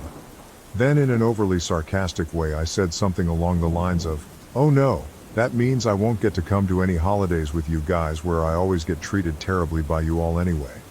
Because Dan has always been your obvious favorite. You treated me so badly when I was growing up that if Dan ever needs an organ donor, I wouldn't give him anything. So do like you always told me to do when I was mistreated by all of you and suck it up." My parents were floored after I said all of that. And the quartet of cops were looking pretty judgmental at them as well. I tell you, if you want to put nasty parents like mine on the spot, confront them in front of cops. Because they'll likely not try anything really stupid then. My mother just started crying and walking away. My father just stood there looking like he wanted to hit me. And Dan just held his kids in defeat. Oh, and my sister-in-law was off having a tantrum in my front lawn. Soon enough they all formed a line handing out boxes and got their stuff out of my house. Nothing had been unpacked yet, so it all was taken out pretty quickly. But while doing it, my mother kept saying it wasn't too late, and I could still do it for Dan several times. Each time trying to bargain more and more to try to make me change my mind. She said that Dan could pay me rent if I let them stay. And when that didn't work, she said I could move back in with them to let Dan rent my house so I wouldn't have to share the building. I told her to shut up and keep packing boxes because I don't want Dan or his family around. I don't want his money, and I certainly don't want to live with him or my parents ever again after the way they treated me when I was a kid. Making a deal with my parents would be like making a deal with the devil to me. My sister-in-law ended up having another tantrum after hearing that and threw a box down, then sat on the ground to have a pity party because she didn't want to go back to sharing a house with my parents. And she just sat looking angry and sad there until everyone else was finished. She didn't even want to get up when it was time to leave. They finally got everything out of the house and into the truck. So before they left, I laid into my parents one last time about all of the stuff they put me through growing up. And with 4 cops being right there, they couldn't do much other than stand there and take it for once. I called them out on so many things that happened. And even pointed out how they couldn't just do something nice for me. Like letting me stay over with my camper when I was homeless and trying to get back on my feet. How they let Dan and my sister-in-law ridicule me and call me a bum. Well, who's the bum now? They wanted to kick me out of my own house so Dan could stay in it free of charge. Yet when I needed a place to go, they wanted to gouge me for more than I could afford just to park my camper when they knew I was out of the job. There were more extremely judgmental stares from the cops when I said all of that. So I put my parents on the spot one more time and asked them what I ever did other than being born to deserve being treated so badly. Because when I finally have a bit of success in life, they want to snatch it away from me for their favorite child, since they'd rather I give everything to Dan and have nothing for myself. I bought my house using the money that I earned. I owed them nothing, and I won't be asking anything from them ever again. Because clearly I will never be anything more than a doormat or a cash cow in their eyes. I got no answers from them. They just stood there looking like fish out of water. So I continued ranting and asked them what in God's name made them think they were such good parents after all of that. My father was beet red, but more from embarrassment than anger this time. And my mother was crying that she was a horrible person. I bluntly agreed that she is a horrible person. They all are, and I bet they'll go to hell for it too. They were awful people, and they all knew it. But if I'd called them out on all this stuff in private instead of in public, they'd just get mad at me and still act like I'm in the wrong. They'd just kept up the denial for so long that it became a part of who they are. My mother buried her face in my father's jacket to cry. And my father looked more defeated than I've ever seen him. Dan and his family avoided me entirely as they finished putting everything back in the moving truck. I made sure nothing of mine was stolen. Not that I'd had a chance to get much furniture yet. I was lucky to even have a couch at that time. They all got back in their vehicles, and my sister-in-law just stood staring at me with malice until my brother finally got her to drive the minivan home. And as soon as they were all gone, I got back online again and spilled the beans about what happened. My parents were too embarrassed to even try and defend their actions this time. And while the family was somewhat split before this incident, it was now a landslide in my favor. Nearly all of the family has sided with me after this incident. And those who haven't simply aren't siding with anybody. No matter how much my parents previously tried the "we did it for Dan" line, no one listened anymore. So any remaining familial support they had is now gone. Many in the family who I expected wouldn't side with me, did. That includes the former flying monkeys. So I guess they've finally had enough. Around that time I offered to host half the family next Christmas Eve in my new house. My parents were not invited. Surprisingly, I wasn't blocked on my brother and sister-in-law's profiles. And I saw my sister-in-law had her 4th baby in early November. They are still living with my parents. I'm pretty sure they knew I was watching, because my sister-in-law kept making passive-aggressive posts every couple of weeks or so about not having enough space while living with my parents. Probably to see if she can still guilt me. And I'm sure it's driving my mother and father up the wall because they aren't getting any peace and quiet in their old age with 3 rowdy, obnoxious kids, a mentally unstable sister-in-law, my golden child brother, and a newborn baby in the house all at once. Perhaps they could move into a camper in their own backyard and let Dan take over their house completely. They might get some peace then. Yeah, they could do that for Dan. There was supposed to be more. But this post got way too long. So I'll be posting part 3 later. Update 2, January 30th, 2023. November 2022, just after Christmas 2022.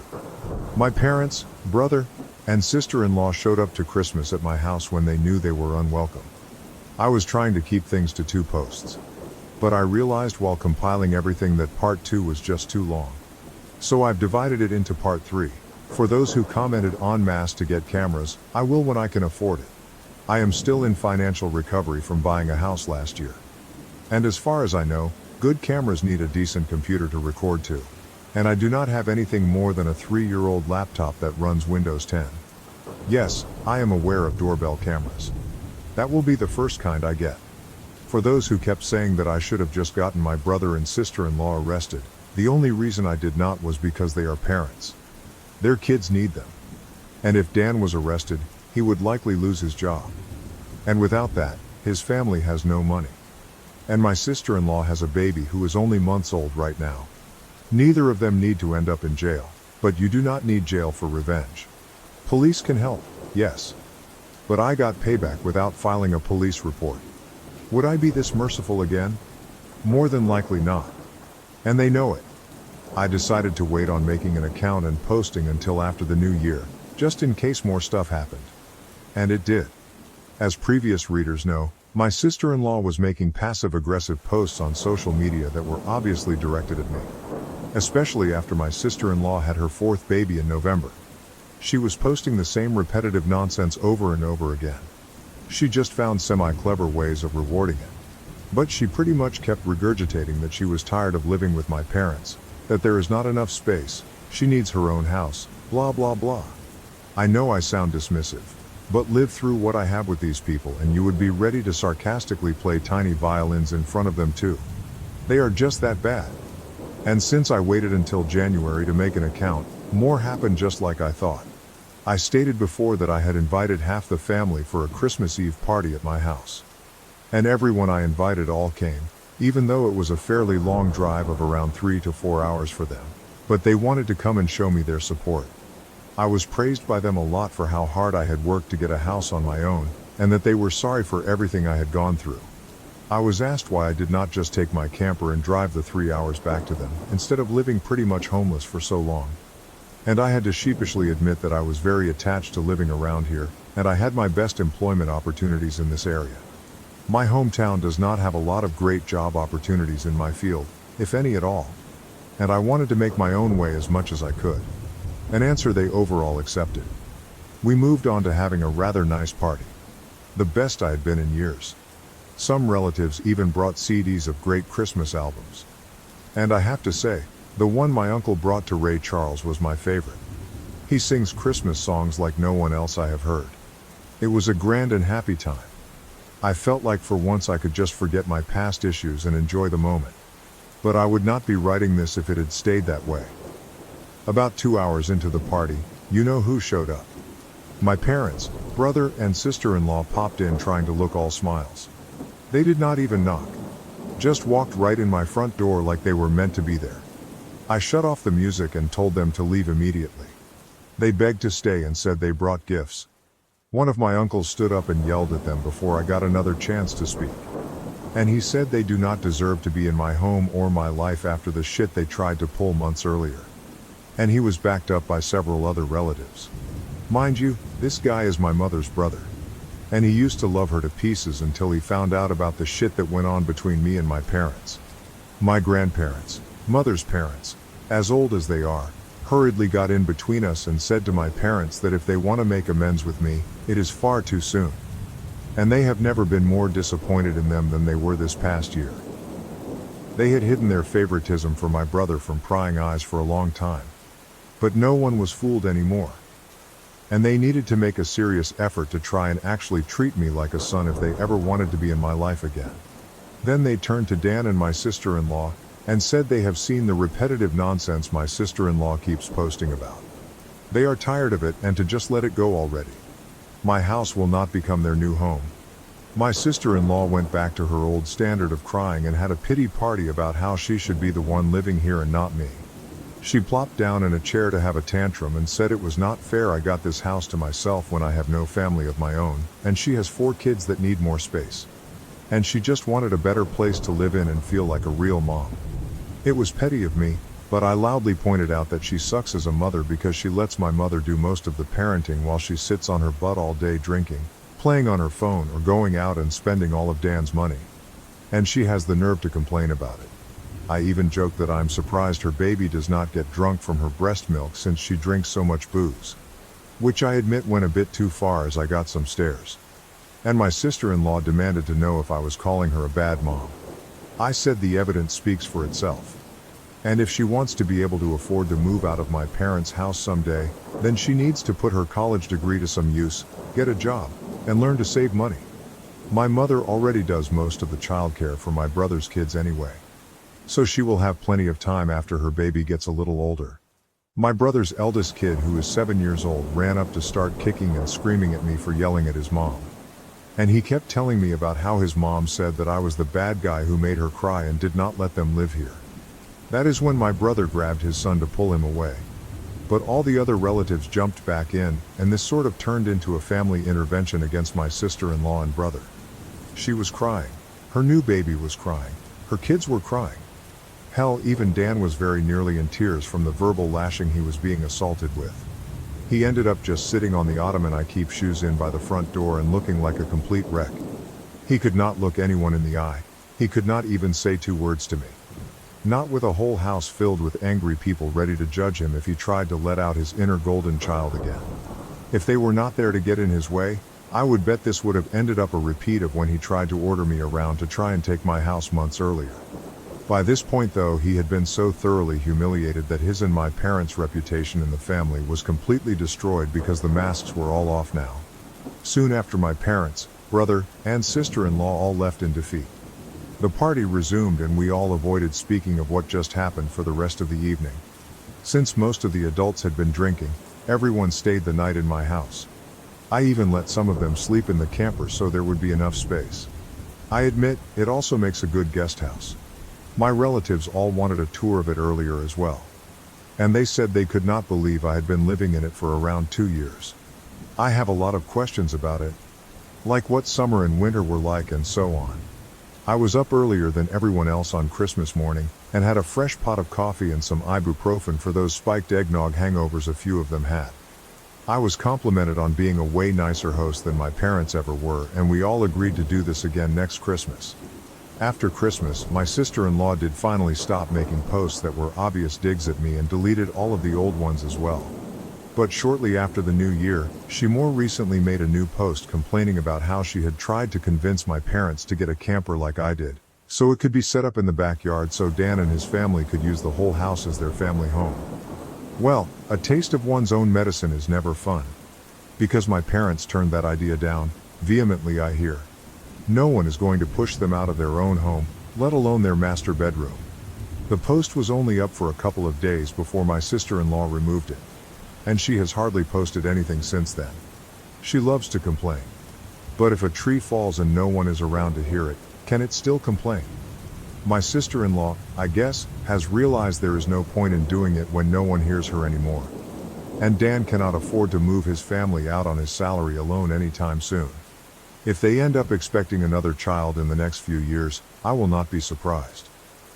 Things have mellowed down for me since then. And I have even invited friends over for a poker night. I suck at poker because I can never remember a damn thing about it. But so what? We get to drink beer and eat junk food while being merry idiots. We all loaded up on Whoppers from Burger King and just had at it the best way 4 grown men can when they just want to have a good, unadulterated time and get piss drunk. I think maybe around summer I will look into possibly dating someone. I am not exactly getting younger here. Fingers crossed that goes well. My camper just sits idle in my yard now. And I admit, there were some days I went out there just to spend time in it. I did live in it for 2 years. It is like my second home. And maybe one day I will actually get to use it for camping, like it was meant to be. I have never been camping. My parents considered it a waste of time. So it would be a completely new experience for me. This pretty much marks the end of what happened. My parents, brother, and sister-in-law have all been staying very clear of me. In fact, they seem to have gone back to acting like I do not exist, like they did before I bought a house. Not like that bothers me at all. It is better that way. But they will inevitably come back in some way. I know they will. I just wonder what kind of stupid thing they will do next. If anything notable like all this ever happens again, I will make another post if this account is still active. Update 3, February 20th, 2023. Winter 2023. Sometime later in 2023. My parents and Dan were back sooner than I thought. And they wanted money this time. This will not surprise some people who commented on my previous posts because my parents did some of the exact things they said they would. They wanted either my money or my signature. I did expect the classic lines of narcissists saying that I owed them or giving me some kind of socialist nonsense about sharing the wealth. But that was just my imagination running wild. The ensuing situation was somewhat similar to that but much more tame, I guess you could say. They seemed to know not to push me too far now and were mostly aiming for pity. It began when my parents recently got in touch with me through social media and asked for a meeting in a public place of my choosing. It just screamed trap. But I was not afraid. In fact, I was amused. They know I am not to be messed with anymore. So I could only wonder what they wanted this time. I picked a local restaurant that may have the name of an olive and a garden in it, and we met up there. Dan was with them, but he kept his mouth shut most of the time. We had awkward greetings, ordered some drinks, and then cut to the chase.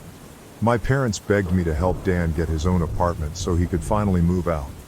Apparently, Dan's credit is not so great. Gee, I wonder why. Could it be that his wife regularly puts him into a hole? Well, they asked that I help by either supplying some capital or co-signing for the apartment and helping to pay the rent for it. I simply said no to both. That is when Dan spoke up in anger and yelled at me that I have so much, and I do not have a family to support like he does. He needed my help and I should be sparing the money for his family since I do not have one myself. I laughed and asked where they were when I needed their help.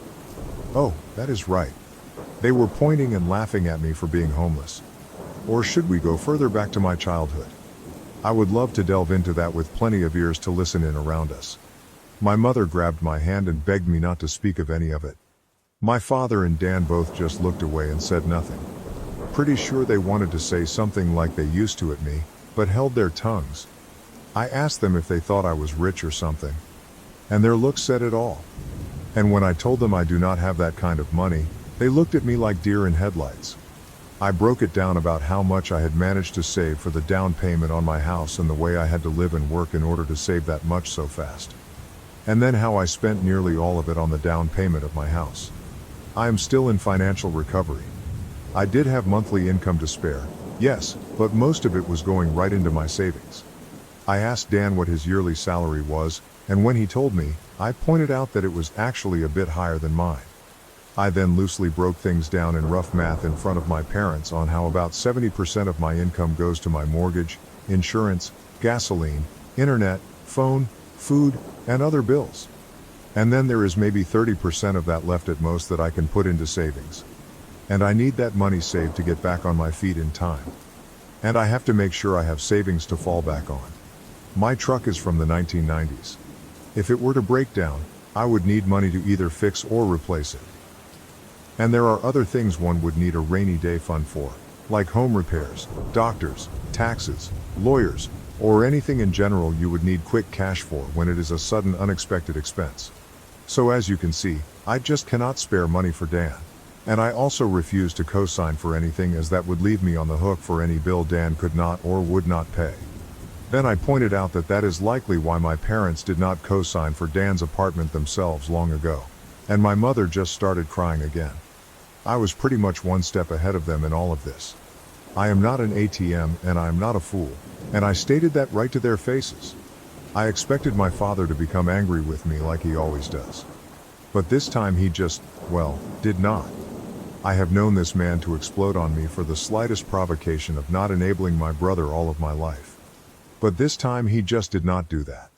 There was not even a sneer on his face. The only way I could describe the look he had was regret and defeat.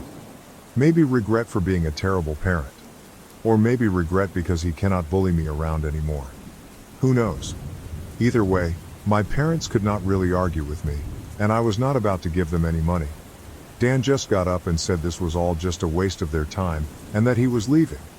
My mother started apologizing for him, but Dan still wanted to leave.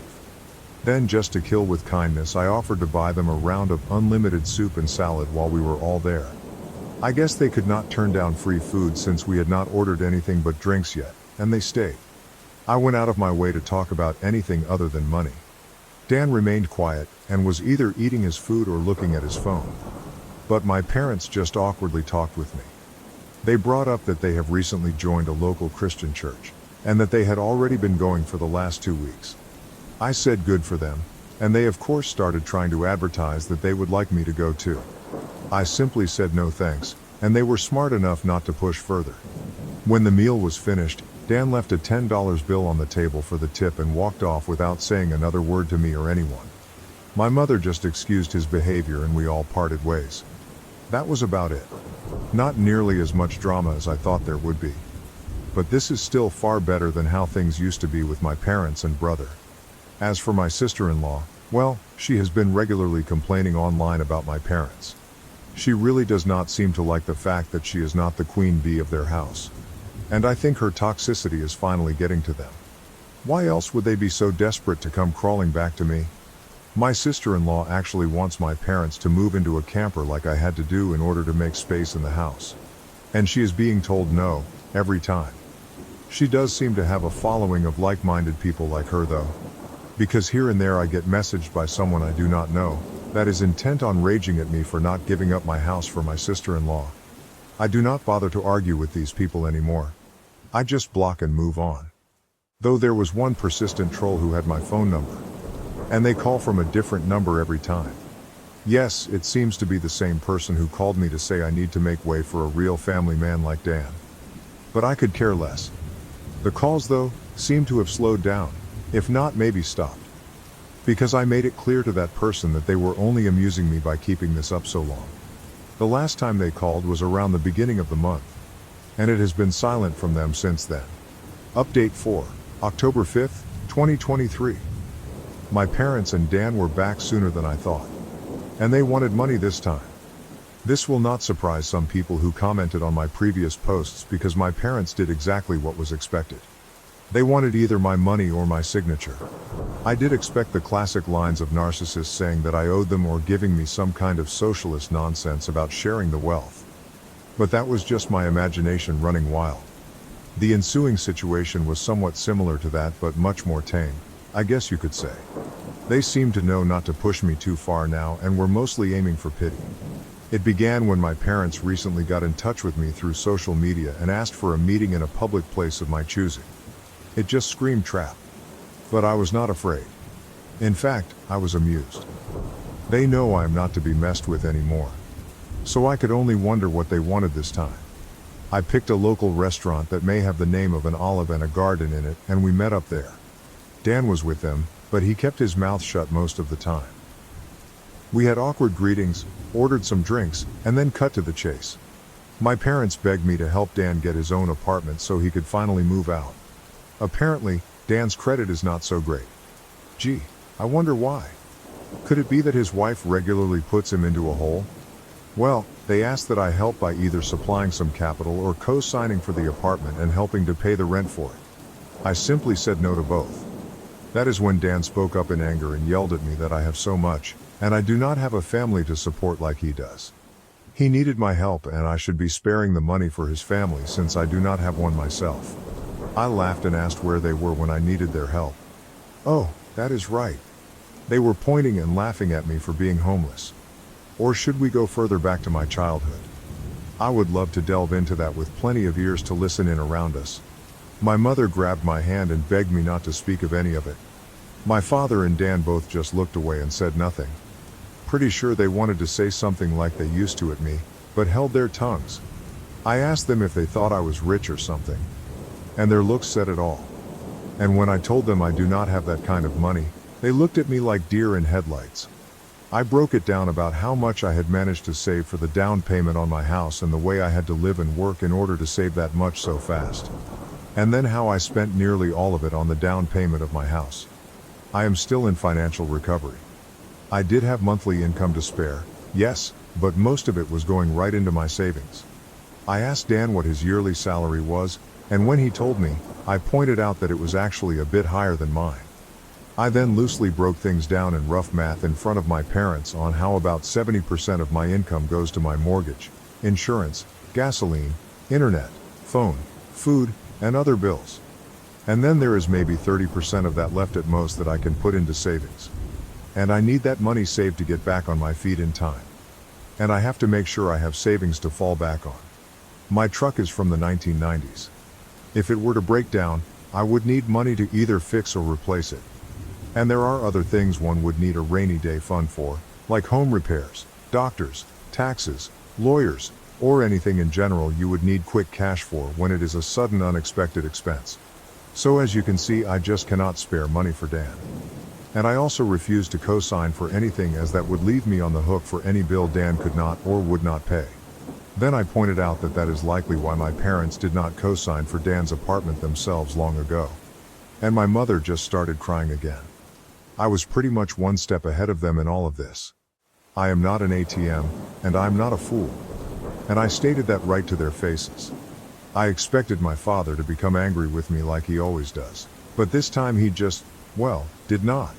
I have known this man to explode on me for the slightest provocation of not enabling my brother all of my life.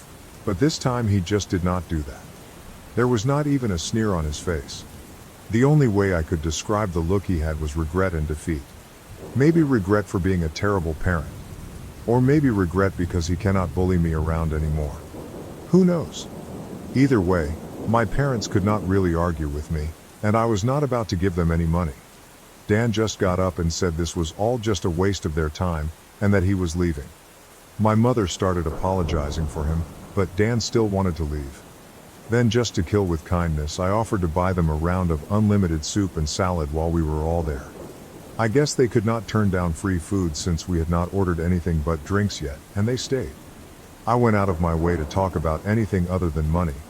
Dan remained quiet and was either eating his food or looking at his phone. But my parents just awkwardly talked with me. They brought up that they have recently joined a local Christian church, and that they had already been going for the last 2 weeks. I said good for them, and they of course started trying to advertise that they would like me to go too. I simply said no thanks, and they were smart enough not to push further. When the meal was finished, Dan left a $10 bill on the table for the tip and walked off without saying another word to me or anyone.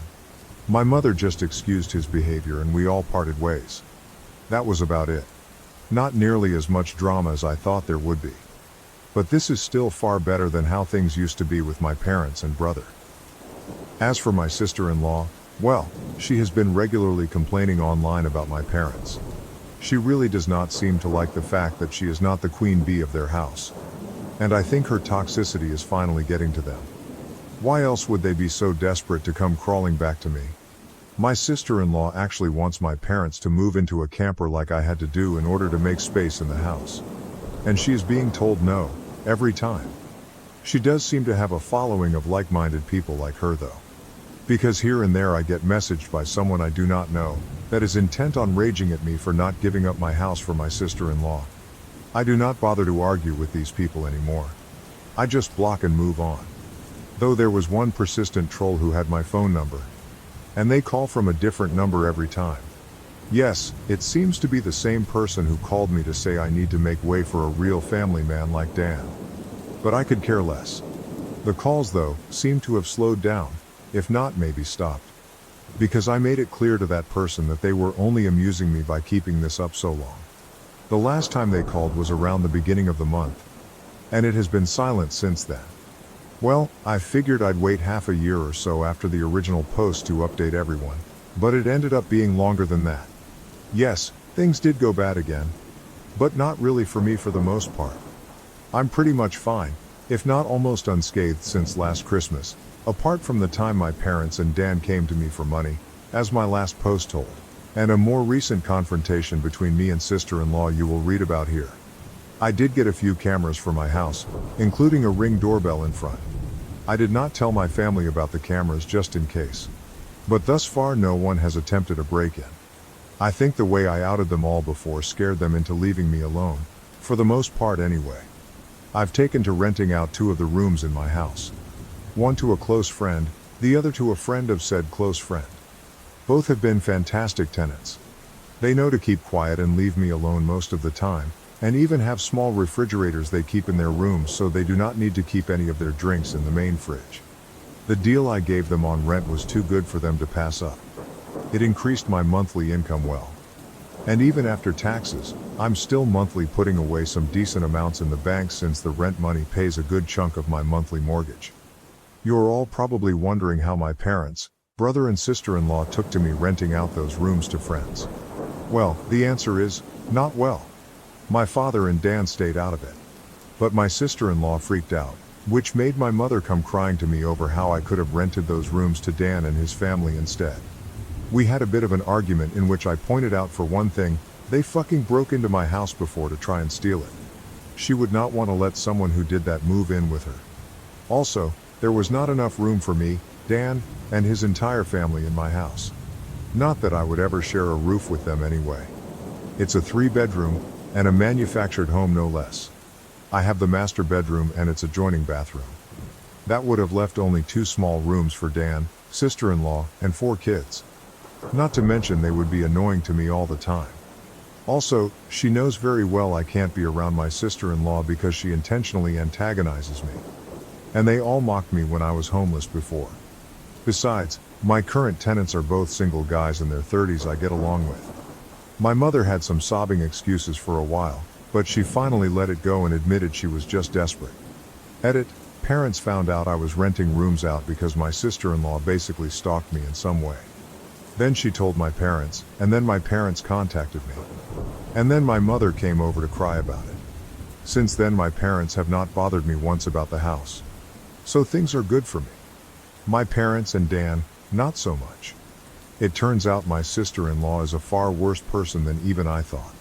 I already knew she was a gaslighting, self-victimizing drama queen. But she sank even lower. Because Dan's youngest child turned out not to be his. Yeah, you all read that correctly. Sister-in-law had an affair. Which in retrospect is not all that surprising. And something a few people here totally called months ago.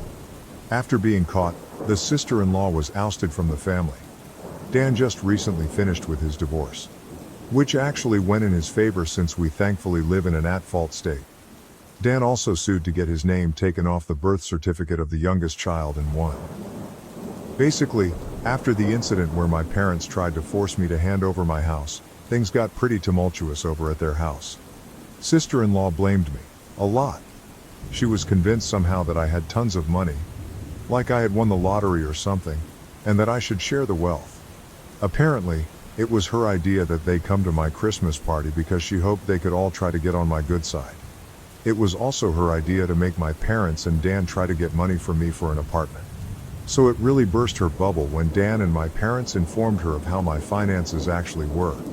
For the longest time, she had Dan and my parents fully engulfed in her toxic mindset, and only fed their narcissism with her own. So her blaming me made the rest of them blame me. That is until what happened in front of the police when they tried to steal my house.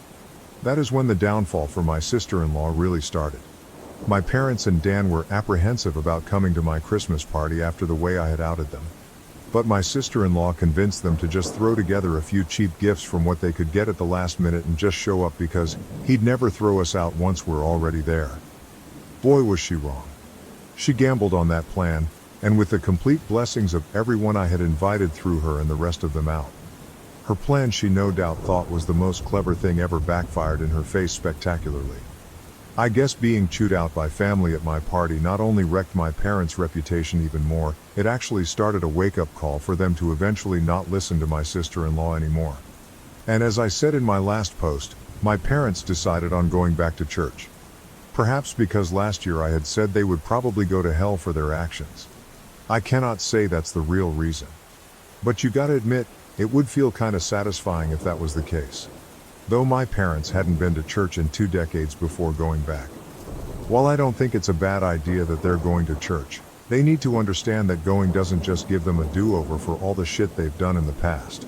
But I have a little faith they're at least trying, because my parents came to my house without Dan to personally apologize to me after they had seen an animated video of my first 3 posts. That's right, they have known about this Reddit account for a long time now. They also know everything I'm saying. Yes, they're unhappy about it. But I feel everyone here deserves an update since it's anonymous. For my parents and Dan though, watching an animated video of themselves and their own actions was a great way to make them see what kind of people they really are. And they came over to apologize to me later. I had never seen my father apologize like that to anyone. And the man is not a good actor. So this felt genuine. They fully acknowledged what they did to me, and how there's no excuse for any of it. They even described themselves as narcissists, and admitted the truth that they had wronged me very badly. Then they went on to blame my sister-in-law for a lot of things. Yeah, they kinda threw her under the bus.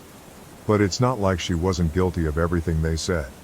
My parents have been getting counseling for a while now too, and did offer group family counseling, but I declined as I'm not ready for that anytime soon.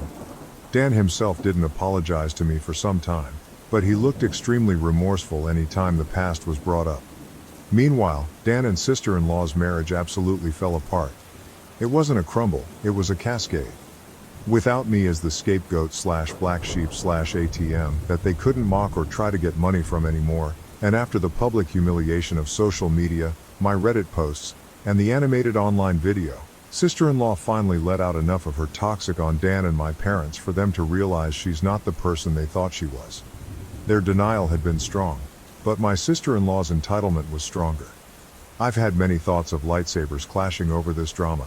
Sister-in-law clad like a bimbo Sith with a lightsaber that looks like a giant lipstick, or something like that.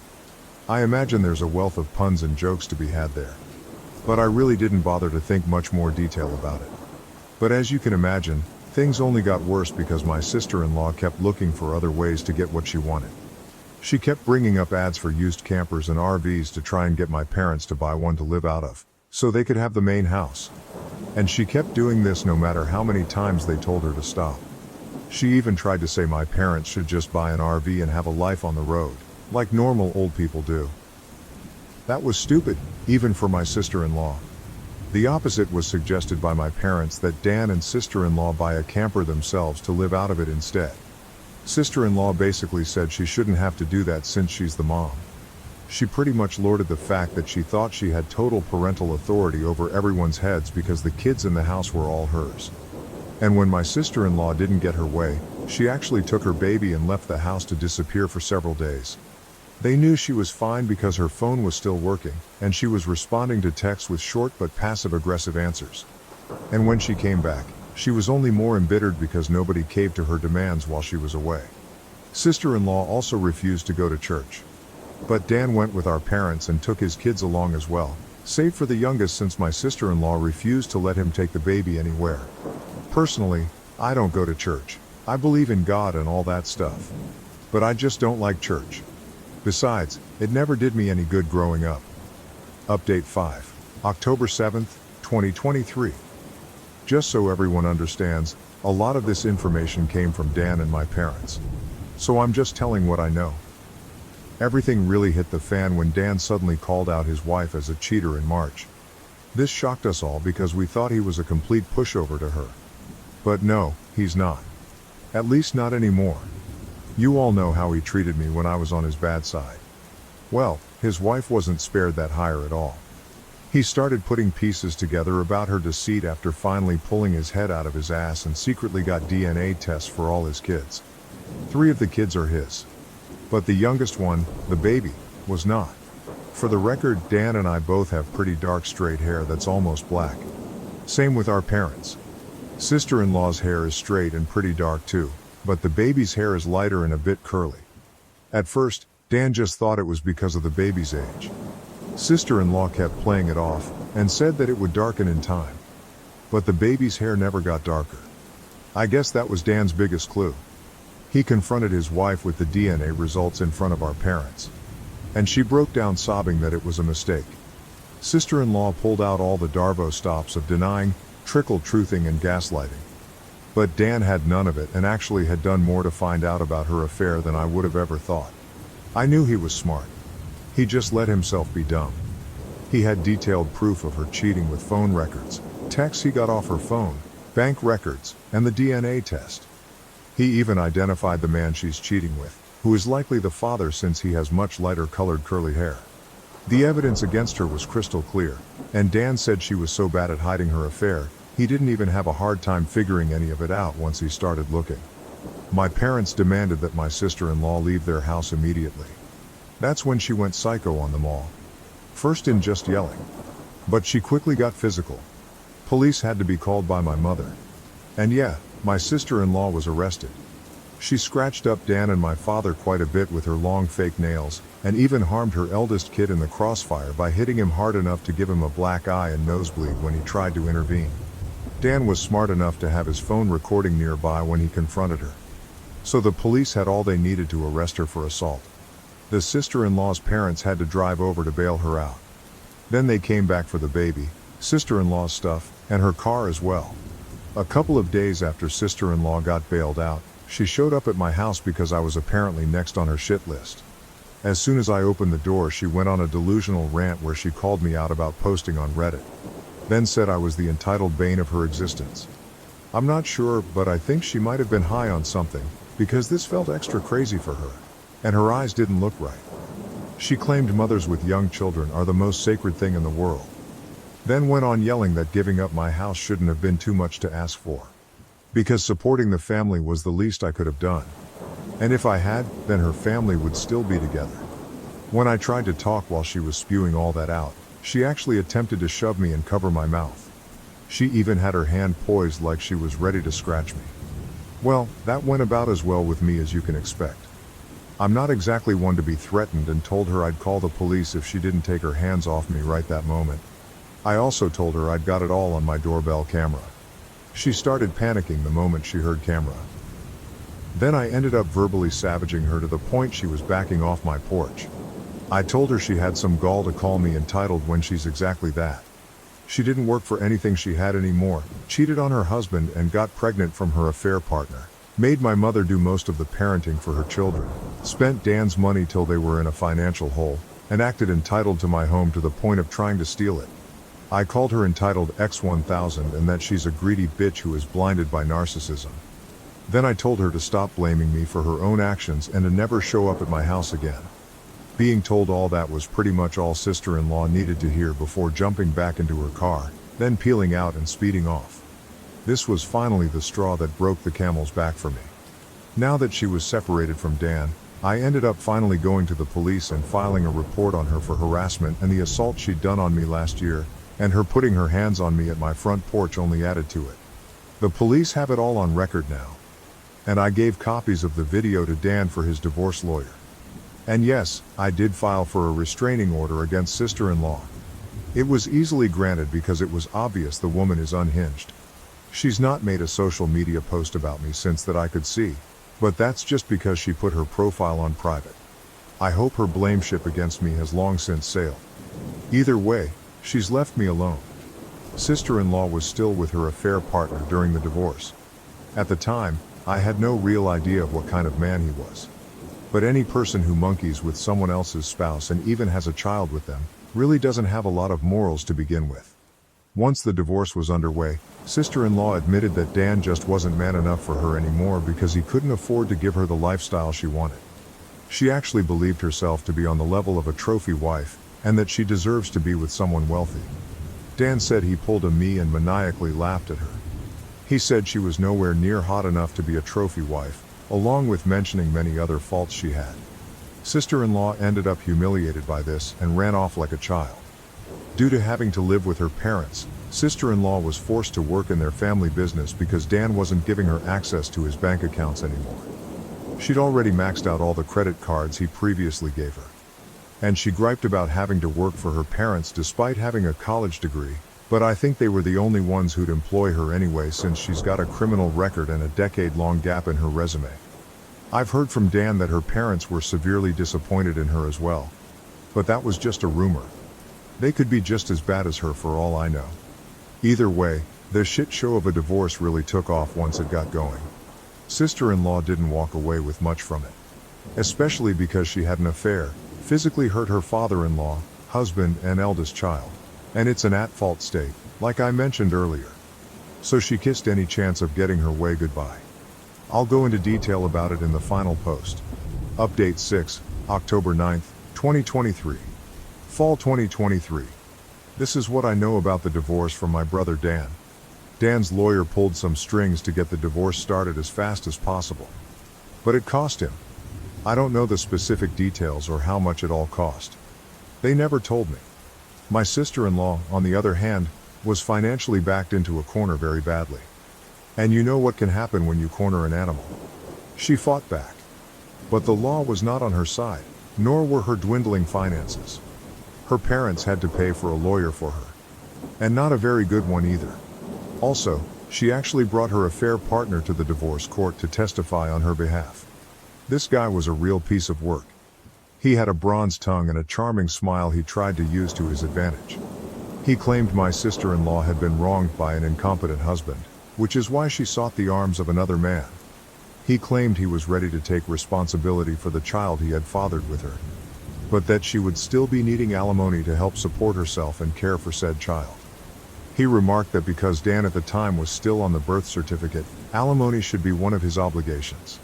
Dan said this guy used big words and a charming smile, but seemed an extra special kind of stupid. And coming from Dan, that's saying something. The judge was also not swayed in the slightest and told the bronze tongue out that he was a hypocrite for saying he was ready to take responsibility for his own child, while also holding his hand out for money from the man whose marriage he'd helped ruin. That shut him up.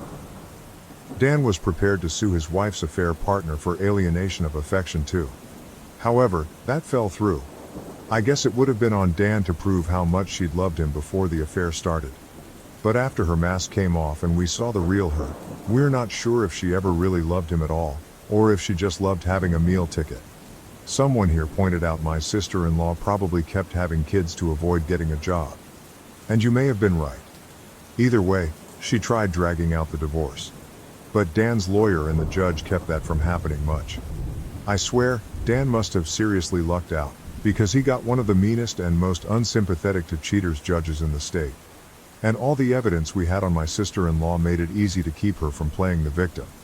So instead she just let her real bitchy self out since there was no point in hiding it anymore. The court had all the records provided by Dan and myself, police reports, photos, and recordings to prove she was an abusive narcissist. There was a mountain against her that she had no way to climb over or hike around. She tried standing against the mountain, but that was prime avalanche territory. At the end of the divorce, my sister-in-law struck a deal to end things quickly. Dan takes 3/4 of the credit card debt, gets his name off the affair baby's birth certificate, and she walks away with only partial custody of her children. No alimony, but also without most of the credit debts she racked up. Her being legally employed by her parents meant she had an income of her own to fall back on to start paying off her debts. She can see her other kids almost whenever she wants and can take them on weekends. But for whatever reason, she has made very few attempts to even see them. She took them out to eat fast food a few times. But she never took them home with her. The kids are back in school now, so that gives her even fewer opportunities to see them. You'd think her parents would want to see their grandchildren. But they haven't contacted Dan about it. They barely saw Dan's children before that too. Now they may not even bother to see them at all. Do they hate kids or something? Even Dan doesn't know. But he tells me his in-laws were always indifferent to him.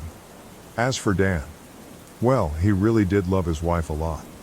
So the betrayal of her cheating made him hit the bottle hard. Rewind back to the night of his confrontation with his wife. He came to me in a stupor with a whiskey bottle in hand, and his face all scratched up and covered in bandages. I wouldn't say he was drunk yet. But I freaked out seeing him looking like that at first, then berated him for driving under the influence.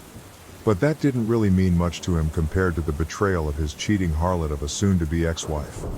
We spent a few hours hanging out in my camper so as not to disturb my tenants. All the while Dan was drinking whiskey straight from the bottle and crying that he's a fool. And how he regretted ever marrying my sister-in-law. Pretty much any time he mentions her now, he just refers to her as that bitch. So that's ex-sister-in-law's nickname now. Ironically, this time together was the most bonding Dan and I have done in 15 years. While he didn't exactly apologize to me, He called himself a shitty human being with terrible taste in women. Then said I at least didn't make his mistakes. Despite all he previously did to me, he's still my younger brother. And I couldn't risk letting him try to drive home. So I told him to stay the night and managed to take his keys. Then set up the bunk in my camper for him to use. I rented out my spare rooms after all. He was in no shape to drive home. And if he'd taken an Uber, he'd have to pay for it, and then have to come back for his car later. He was still a depressed, crying mess and didn't want our parents or his kids to see him like that. And frankly, I was worried he'd do something insanely stupid if I let him leave. I didn't want him to sleep in the house, so putting him in the camper was the best option. Just because that bitch screwed him over, doesn't mean I suddenly trusted him. So better for him to sleep it off in the camper. We both spent time in the camper playing games and watching movies on my portable DVD player. Poker was no fun with just two people, and Old Maid was just boring. Thankfully I had an UNO Deck 2 and an old school battleship game. He really liked those. It was enough to keep him distracted until he was finally willing to lay down after running out of whiskey. He threw up a lot of it in a bucket anyway. But he was not opposed to sleeping in my camper. In fact, he found the idea kinda cool. Dan had a lot of questions for me about how I'd lived in the camper for as long as I did. And I answered them all, if not just to keep him busy. But I needed to go to bed myself since I had to be up early. So I left him with my portable DVD player and a couple of movies. That way he could amuse himself alone for a while if he even managed to stay awake. Before leaving for work in the morning, I popped in while Dan was passed out in the bunk and left a bottle of ibuprofen and an energy drink on the counter of the camper's kitchenette, along with his car keys and a letter explaining to leave through the backyard gate. He saw himself out without trouble around 1:30 p.m. About a month after ex-sister-in-law, aka that bitch, was kicked out. Dan came to me asking to borrow my camper. I guess he found it more comfortable than I'd thought when he slept in it. And he fully admitted he didn't ask sooner out of pride. But with his soon-to-be ex-wife out of the house, he'd decided to give up his room for his eldest kid. He's got 2 girls and a boy, with the boy being the eldest, and now 8 years old. The kids were all forced to share a room until that point. They just had curtains up for the boy's half of the room. But the boy often slept on the couch to avoid his sisters. I know the poor kid was really desperate for his own room. So I guess Dan decided to finally make a better decision as a dad, and came to see me in order to beg to borrow my camper so his son could have his room. If he could have afforded it, he'd have bought his own camper instead of relying on me. And even said as much. I hadn't even gotten the chance to use the camper for actual camping yet. But I caved and let him use it since it was actually for a good cause. And he promised to buy his own in time anyway. No, I didn't ask for rent money for the camper. Dan is in enough of a financial hole as it is right now. Ex-sister-in-law and the divorce drained him. And I've learned that I get far better results with family lately by not being spiteful. I loaded my camper up and put it down in my parents' backyard. And my father put in a 30-amp breaker so it'll have enough power for Dan to run heat and AC when he needs it. I do miss the camper. After all that time living in it, it kind of felt like it was a part of me. But the only reason I loaned it out was for the sake of Dan's kids. Pretty much the only reason I still do anything for my parents or Dan is for the sake of those kids, as I've bonded with them. And yes, I know I may not get the camper back for quite some time. And likely not in the kind of condition I lent it out in. But I've warned Dan and my parents that they will be financially responsible for any damage they do to the camper, as well as its upkeep for as long as they have it. I also took many time-stamped pictures and videos of the camper inside and outside before lending it out, so I can prove its condition before it leaves. Dan even recorded a video with me agreeing to my terms. So that's as good as a contract.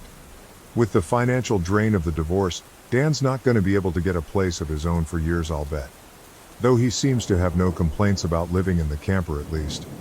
But I don't know if he actually likes it or if he's just putting up a front. But I can guess it reminds him of the backyard forts we had as kids, since that's how it felt with me sometimes. Either way, he's living in it now. I did get some major props from the extended family for letting him borrow it too. I'm now referred to by a lot of them as the good brother Dan doesn't deserve. Either way, I think getting rid of sister-in-law was a great first step in mending the family as a whole. I still have little care for my brother and parents after the way they treated me all my life, but I'm not gonna let Dan's kids suffer for it. Those kids have actually really warmed up to me. They're actually happy to see me when I come over, or when they visit me. I've even babysat a few times.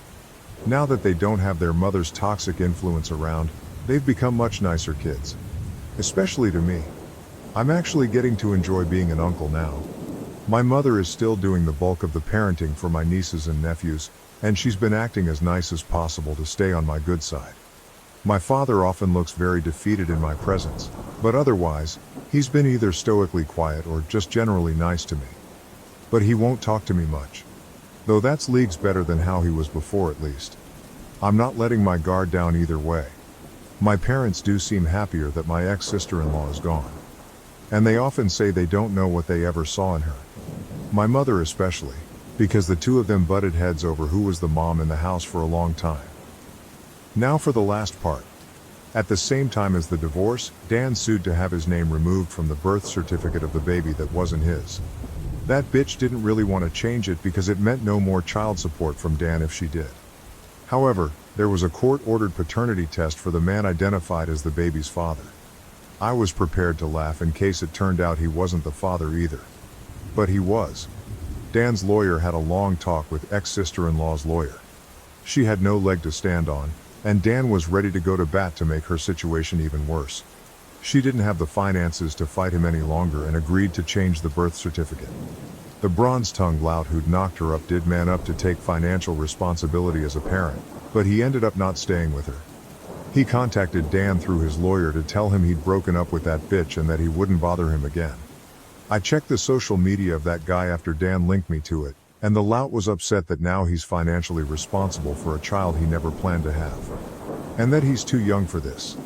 Guys, from what Dan's lawyer was able to find out, that man is just over 40. He looks younger than he is. But he's by no means a young man. Shortly after that, he put his online profile private. Ex-sister-in-law did the same with hers a long time prior. So I've no more information left to give. This may be the end.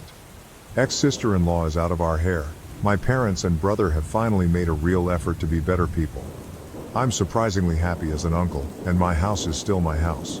Update 7, October 24th, 2023. Ex-sister-in-law saw my posts. And is mad she can't do anything about them. No surprise my ex-sister-in-law saw my Reddit posts.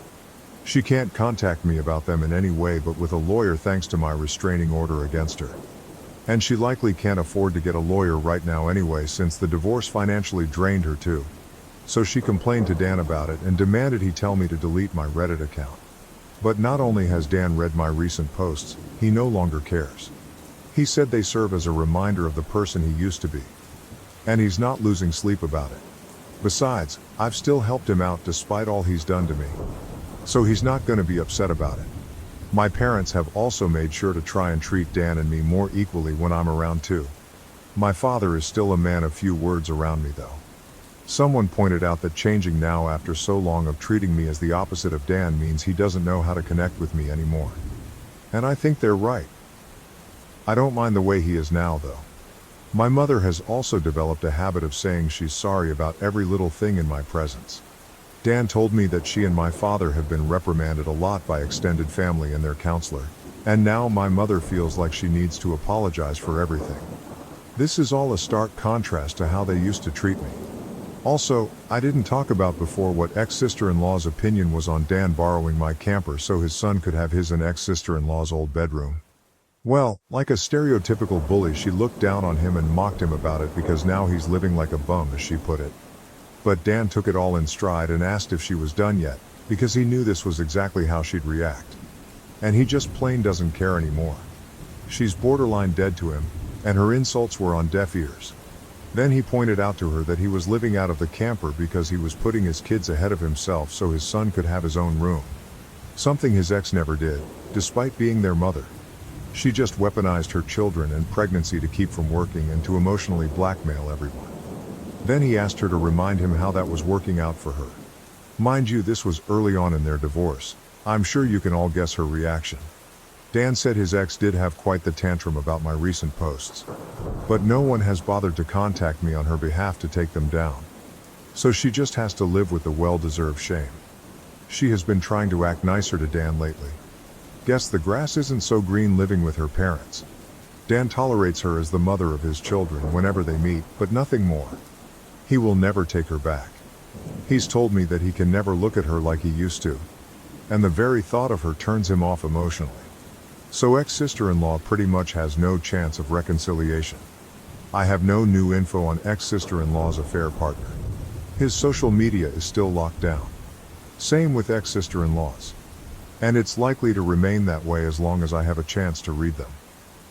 Update 8, November 5th, 2023. My truck got egged on Halloween. Happened in the middle of the night, very early morning on the 1st. I suspect it was my ex-sister-in-law. But the person my cameras recorded was wearing layers of heavy sweats and had their face wrapped up along with big glasses covering the eyes. You could not really tell if they were a man or woman. They came on foot too, so no identifying a car. They did look at the ex-sister-in-law's height though. But that is not much in the way of evidence on its own. If it was ex-sister-in-law, she knew about my cameras. So covering her face and body for petty eggy revenge was probably the smartest thing she's done in years. Way to finally put her college degree to use. By egging a beat-up old pickup truck. The egger showed up around 3 a.m. I was deep asleep and did not hear anything. Whoever it was that appeared that night quickly threw a dozen eggs or so, all over my truck. They did not attempt to do any more damage at least, and were gone in a flash as soon as the last egg was thrown. I did not see the mess till I was leaving for work in the morning. I ran my truck through a local car wash during my lunch break. That took most of the egg off. Had to scrub it a bit more later after work. Egg really are not good for the paint. But the truck is from the 90s, and does not exactly look mint anyway. I did take photos and filed a police report with the CCTV footage as evidence, but so far nothing has come of it. There was no real damage other than my minor irritation and $15 at a car wash. If ex-sister-in-law did do this, then she was smart enough to only throw eggs and not key my paint or slash my tires. So my insurance would not be involved. I do not think much will come of the police report as the cops seem to dismiss it as a probable prank by a teenager. I get they were probably overworked, but at least the report will keep a paper trail in case of future incidents. I waited till now to post because I wondered if anything else would happen. But no. Just right back to peace and quiet. I would appreciate any good advice on the matter though. Just in case something like this happens again. Update. Asked around with some people on the street about cameras possibly seeing the person who egged my car. I got responses ranging from, "We do not have cameras," to "It was Halloween and people pulled stupid pranks. Let it go."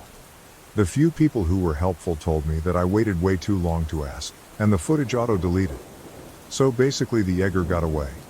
But if it was ex-sister-in-law, I am guessing she had to walk around a half-mile in those sweats just to not get her car spotted on camera or something.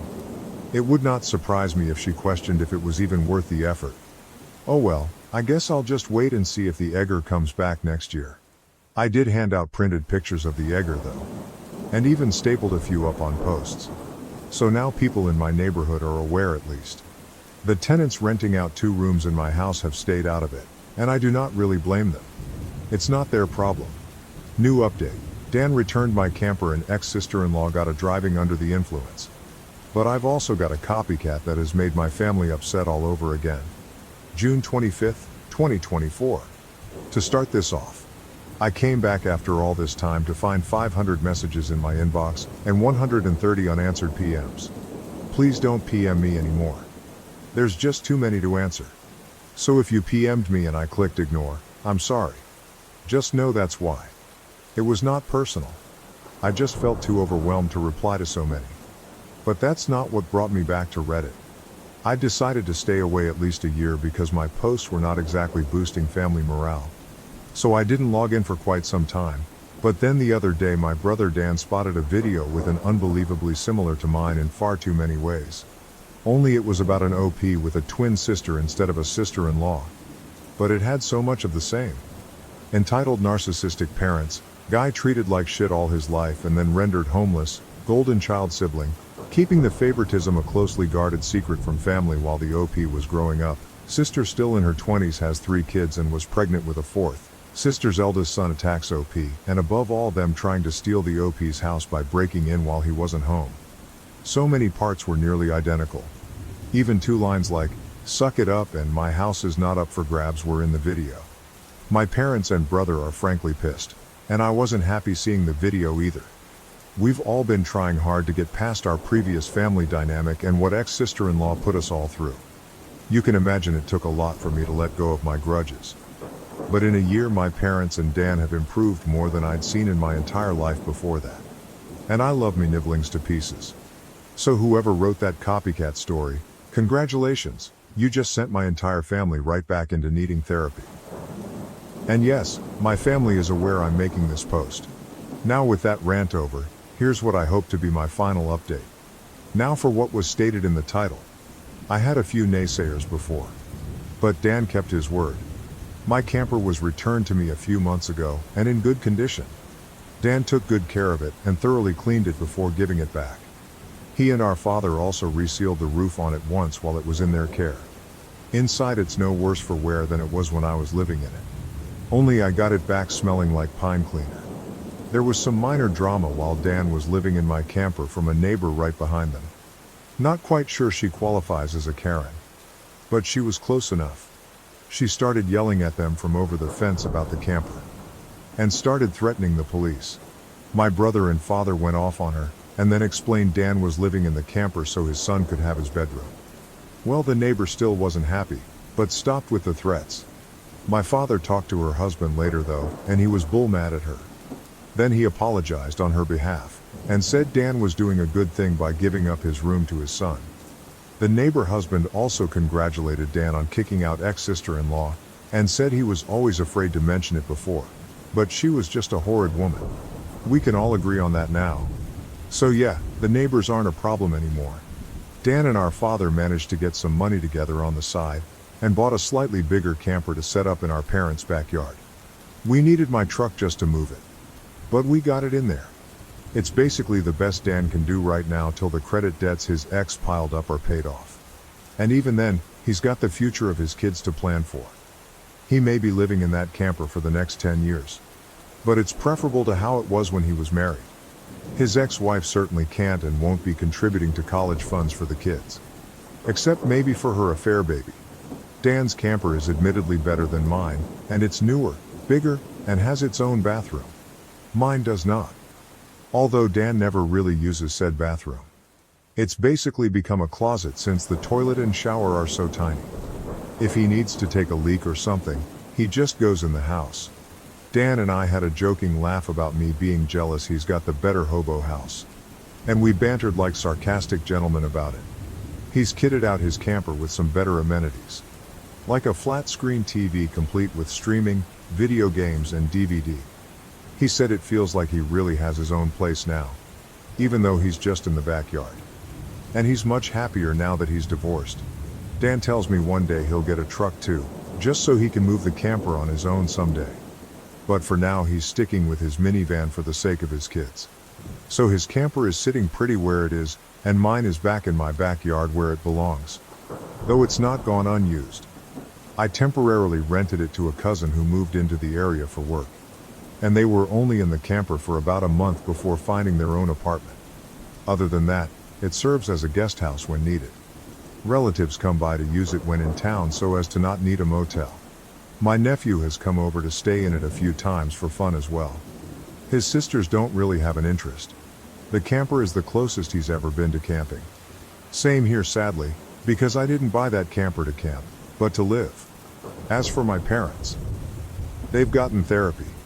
My mother got medicated for her mental problems, and fully acknowledges her terrible past mistakes as a parent with all of the favoritism, as does my father. My father is still awkward around me, but he's been fairly active in his church, and is working hard to rebuild the family reputation as best he can. And Dan has cut back on drinking a lot since he isn't so stressed out anymore. He's even taken up exercising. He's in pretty good shape now. And he told me his ex-wife saw the picture of him he posted online after shedding 20 pounds and called him to compliment. He didn't take the bait. As for the holidays, my parents, brother and nibblings all came to my Christmas Eve party last year, along with most of the other relatives who came the year prior. No problems at all, save for the fact none of them could stay the night in my spare rooms anymore since I rented them out. Both of my tenants were away seeing their own families too. Things went swimmingly. Not only was ex-sister-in-law not invited, she wouldn't have been able to crash the party anyway because of my restraining order against her. But she also barely made any attempt to spend time with her other kids either. She only bothered to see them twice a month at best. She didn't even send them any gifts for Christmas or birthdays since being outed as a cheater. And the kids were initially pretty upset about that. But now they just don't care. Ex-sister-in-law I guess decided she was gonna try to live like she was single again, despite having a baby at home. And it didn't go well because life gave her one hell of a cheese slap. On New Year's, ex-sister-in-law went out late to party like it was 1999, and she got pulled over by a cop on her way home. She got arrested for DUI, and her car was impounded. She called Dan while being arrested begging him to come get her car to keep it from going to impound. He told her he was not helping her, and she could deal with it herself. Dan has drunk and drove, so it was kinda little hypocritical. But this woman put him through so much, I don't blame him for rebuffing her. Some flying monkeys of ex-sister-in-laws called Dan to berate him for being a terrible person. Pretty sure this was the same woman who called me a while back. Dan had none of her shit, and went off on her with a long tirade about his ex's cheating. What happened in the divorce, and that he has no sympathy for his ex since she left him with mounds of credit card debt and she does nothing for their kids anymore. The flying monkey didn't call back. We still don't know who she was. But Dan said she sounded like a religious nut. Ex-sister-in-law went to court, and she pleaded guilty for the DUI. Dan found this out because she called him claiming that because of the DUI, she wouldn't be seeing her other kids anytime soon. She told him she was sentenced to take a 6-month DUI class, in which time her license is suspended until completion. And she won't be allowed to drink at all. Which is the part she was most upset about. I've heard of these classes before. They make you take regular and at times random urine tests, and when you finally get your license back, you have to have a camera and breathalyzer installed in your car for a year. Also increased insurance rates for the DUI on record. Ex-sister-in-law has not been having a fun time. But I have no pity for her. I don't drink and drive. Sadly, that's all the info I have on ex-sister-in-law, as she's kept minimal contact with Dan for some time now. And eventually, she'll probably stop contacting him altogether unless absolutely necessary. I don't know anything else about sister-in-law's parents, or her affair baby. Even Dan doesn't know. But I do still have a bit of info on someone else. Remember ex-sister-in-law's affair partner, the bronze-tongued lout? Well, he made his social media public again. And he doesn't seem to acknowledge the existence of ex-sister-in-law or his child at all. Dan tried to message him, and promptly got an immediate block. So the guy is just being an ass and acting like his shit doesn't stink. Whatever. His knocking up ex-sister-in-law got her out of the family anyway. So in a way, we're all thankful to that AP bastard. That's everything I have. And hopefully won't need to come back again. Unless my truck gets egged again next Halloween. Relevant comments. Commenter 1. I've silently followed your stories from the start. I'm happy to see how things have progressed since. While I know it's a long road until things are fully repaired, if ever, I am glad your parents have acknowledged what they did and are actively trying to fix it. Dan has stepped up and now you two can even banter, and the fact the kids enjoy you is wonderful. Honestly, I'm happiest to hear about your bond with the Nibblings. The fact that your nephew wants to come over to their uncle's house to camp is just wonderful. I hope Exil either wakes the hell up and shapes up for the kids, or she stays the hell away. Anyways, hopefully, the future is less drama and more happy times. Hopefully, I will not see a post from you again. And I mean that with the best of intentions. Commenter 2, this is as wholesome an ending as it can get. It's good to see a family dynamic being repaired. Kudos to your parents for doing the necessary work to realize how much damage they caused and to your brother for getting his life back on track. Commenter 3. I'm sorry your drama saga ended up being copied for entertainment. However, I am glad that things are improving for you, your parents, your brother, and your Nibblings. It sounds like the toxicity was your ex-Sil and it shows because with her gone life has gotten better for the rest of you. I feel sorry for all of the kids, but they might be better off in the future without her. Thank you for this update, which is hopefully the final one. After 56 years of searching, My dad's biological parents were finally reunited with him through a Christmas gift DNA test surprise. Original post, June 5, 2024. I'm not sure this is the place to post this, but I just want to get my excitement out somewhere, so I figured that this counts as getting it off my chest. Shout out to r/, who helped me discover this subreddit. As you would expect from the title, my dad, 56 years old, was adopted at birth. He was raised in eastern Canada and never really searched for his birth parents. The people who raised him are his parents to him, and he loves them very much. They have always been amazing grandparents to my sister, 19 years old, and me, 22 years old.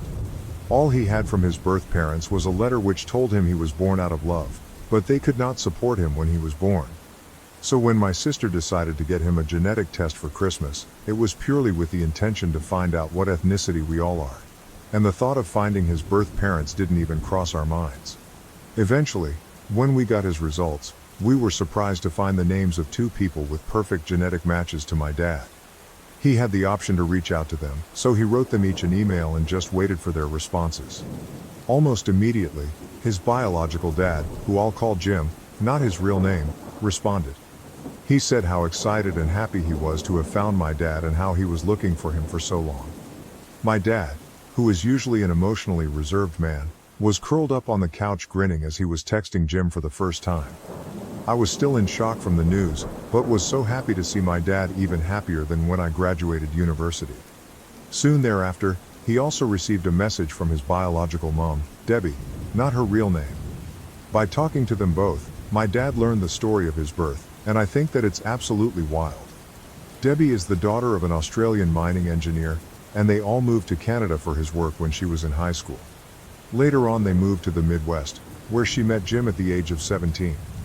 They were high school sweethearts and were thinking of marriage after they graduated, but then Debbie got pregnant. This being the 60s, this was a huge deal. Her dad was furious and sent her back to Canada to give birth and arranged a private adoption, as he knew of a couple who were trying to have a kid, my grandparents. Once she gave birth, she was able to let Jim know that she was being sent back to Australia. They never saw each other again for the next 40 years. Jim apparently was only able to move on once he received a letter over 5 years later from Debbie, saying that she got married. Eventually, he got married too and they moved to the West Coast, but his wife got into a terrible car crash and lost the use of both legs and one arm, so they were never able to have kids. Debbie had 3 daughters in Australia, the oldest of which is 7 years younger than my dad. They saw each other for the first time around 12 years ago as they reconnected on Facebook, and Debbie happened to be taking a trip to the west coast of America. Both Jim and Debbie had always wanted to keep my dad, and so they tried for decades to find him. But my province apparently is one of the hardest places in the world to find adoption information, especially since my dad only received his birth certificate at his baptism. So their names were not on it. Jim had essentially given up trying to find my dad until genetic tests became popular. He asked Debbie to take every single one, and he did the same, about 5 years ago, in the hopes that one day my dad would take one. When he received my dad's message, he immediately wrote to Debbie, "I found him." Since then, we have had several calls with Jim and his wife, and they are absolutely lovely. We are their only family since they don't have kids, and I couldn't be happier. At the end of the month, we'll be flying to the West Coast to meet them. It has been harder to talk to Debbie as Australia is so many hours ahead of us, but she also is so kind and an absolute joy to talk to. I haven't met my 3 new aunts yet, but apparently one lives in London. It's crazy to think that I might have been within a few kilometers of her the few times I visited. I also have 5 new younger cousins. A couple of them are huge fans of Japanese culture, so they're ecstatic to hear that they have half Japanese cousins. My mom is Japanese Canadian, so my sister and I are both half. We hope to visit them one day in Australia, but we might all meet up in Japan next year. I don't know how to end this. I am still processing everything. It's absolutely incredible to have my family grow so much, but also a little overwhelming. I'm so happy for my dad, for Jim, and for Debbie, and am so excited to get to know them better. I hope I get to meet my new cousins soon too. I feel so incredibly lucky that this happened, seemingly against all odds.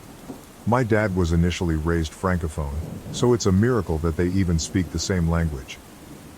Anyways, thank you so much for taking the time to read through this, and my apologies for how long this post ended up being.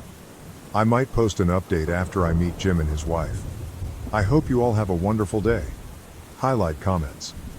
A user shared a heartwarming story, saying, "I love stories like this. Congratulations on your bonus family. My husband found out and met a brother he didn't know about. His mom had a baby with her college sweetheart and gave him up for adoption. Later, she had my husband and his sister. About 9 years ago, the brother got in touch with us. We met him, his wife, and their adult daughter. They are great people. We see them when we can. We live in separate parts of the country and keep up by phone, Zoom, etc. The entire extended family has welcomed them, and they are always included in family reunions and other gatherings. They are a great bonus family, and we love them," another user commented. "It brought me joy to read your story. Those DNA kits are amazing, aren't they? I'm honestly not sure if I found my recent 4-5 generations ancestral history more fascinating or those going back to more ancient times. There are free sites you can join and upload your DNA kit. Ancestry allows the file download, and others that I forget, that trace your DNA markers back thousands of years. Mine identified multiple royal houses from medieval times and earlier, as well as ancient native chiefs that I shared genetic markers with. It's truly incredible the information you can find from that little saliva sample. More than 20 years ago, I started trying to help my dad find his biological father. Prior to that, he had always told me we had no relatives with our last name because his father was a mystery who had only passed on his genetics and name. His mother wouldn't talk about him. And all my dad ever knew was that his father had left him, his mother, and his 2 siblings when my dad was 4, more than likely leaving other children they didn't know about. He had turned up about 4 hours away 16 years later with a phone call to my grandmother, wanting to know if he could return to town without problems, assuming he meant child support. The call didn't go well. Aside from that, all he knew was this man's full name and birth date. Long story short, between internet searches and finally doing Ancestry DNA, I managed to locate 2 of his daughters, neither of whom knew of each other or their other half-siblings, my grandfather's half-siblings, including one great-aunt with whom I bonded very strongly, and also figured out the lost truth of who my grandfather's birth parents were. The DNA results led me to the identity of his mother, whom nobody could ever determine before, and the fact that his paternal grandparents had raised him. Even more interesting was learning that the last name we had inherited from him wasn't even an ancestral name, but given as a result of an illegal name change. Wild stuff that made a lot makes more sense. Despite discovering all of this and making the connections with family who had known him, he was just as much a ghost to them as he was to us. I was praying to find him before he passed, fearing he would be alone, possibly even unidentified, as we had heard rumors that he had been homeless. I searched death records too. It was almost a year ago that I finally found him. The great-aunt with whom I had bonded so strongly, despite being twice my age, was also researching our genealogy, and she would periodically send me a bunch of emails with files and records.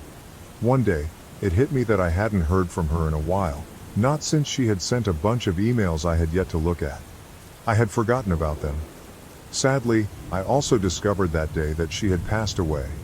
I had no idea, but she did share something that led to me finding my grandfather within hours. Unfortunately, what I found was an unclaimed box of remains and belongings that had been sitting in the basement of a county clerk's office, nearly 12 years after he passed. I was too late, but I still went and brought him home, where he should have been. I tell this story. Apologies for the length. I did shorten it as much as I really could, because I feel it's important for us to discover our roots and the stories of our ancestors. They're honestly fascinating.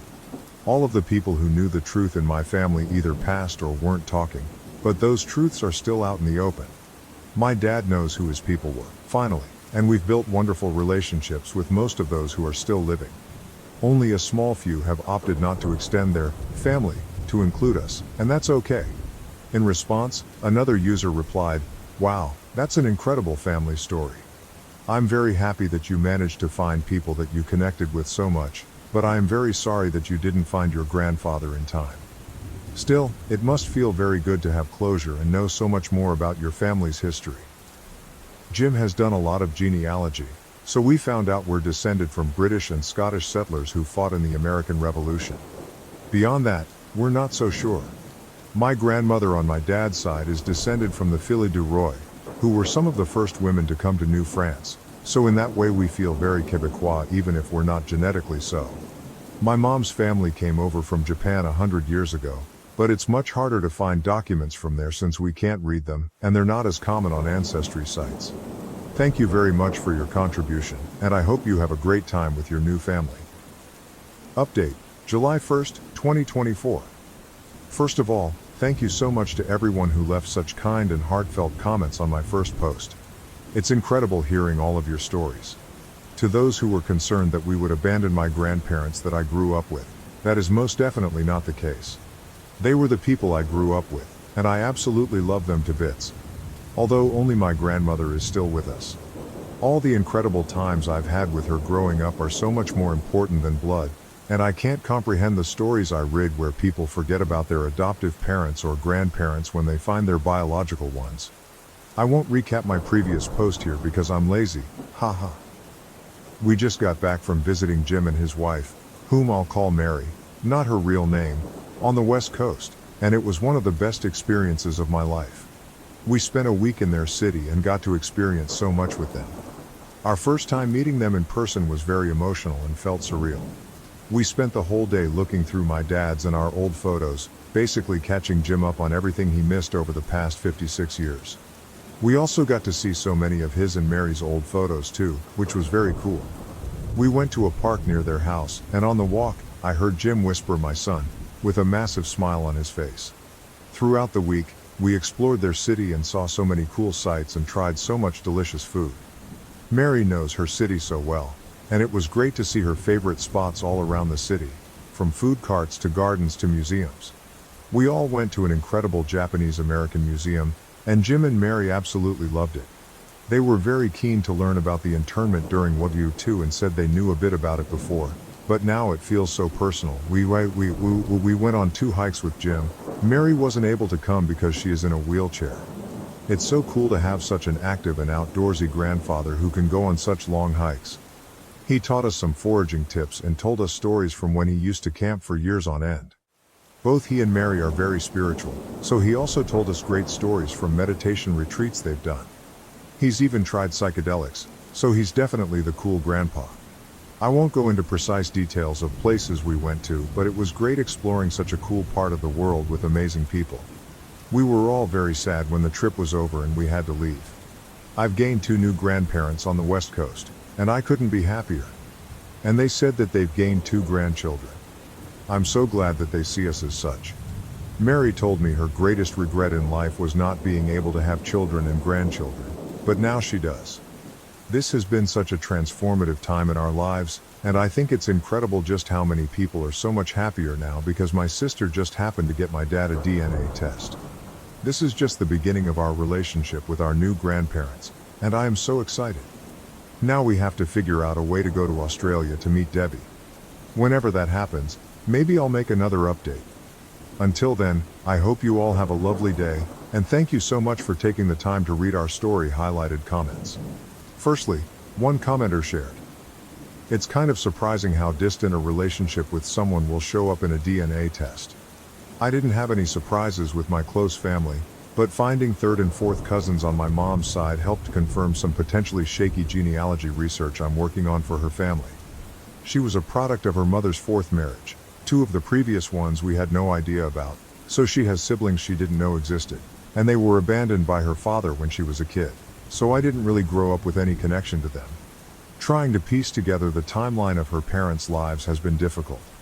DNA connections confirmed a lot of things I would have otherwise discarded as improbable. Another commenter advised, I'd recommend putting some serious thought into whether it's worth giving these companies your data because once you do, you have zero control over where it ends up or what it gets used for. There have already been some massive breaches, and that sort of data could end up affecting more than just you. Lastly, one shared a personal story. Honestly, go for it because you never know. Less happy story, but my mom is adopted and took a genetic test mostly for fun and wanting health history since she is getting older. After a year, she got pinged on one with a young man who turned out to be her nephew. From there, she found a half-sister and we learned my mom's biological dad never even knew about my mom.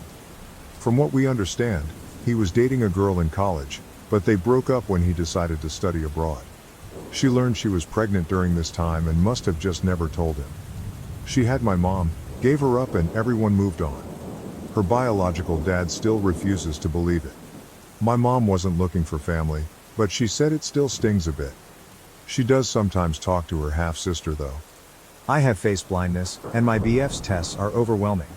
How can I clearly communicate that this behavior is hurtful and unacceptable? Hi y'all, sorry for posting this. If it's not okay, I can delete it. I've been with my BF for almost a year now. I love him dearly, and he loves me too, I'm guessing, but there's one thing that's causing a lot of issues for us. I suffer from prosopagnosia, face blindness, which means it's really hard for me to recognize people's faces. I usually go by other characteristics to put a name to a person, like hairstyle, facial hair, marks, skin colors, accessories, etc., but it's still really tough. It's caused me severe anxiety and other mental health struggles. I'm lucky to have wonderful people around me though, who are aware and try to help.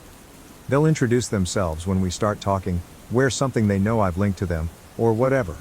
Usually my BF does this too, but sometimes he likes to test me and it's incredibly stressful.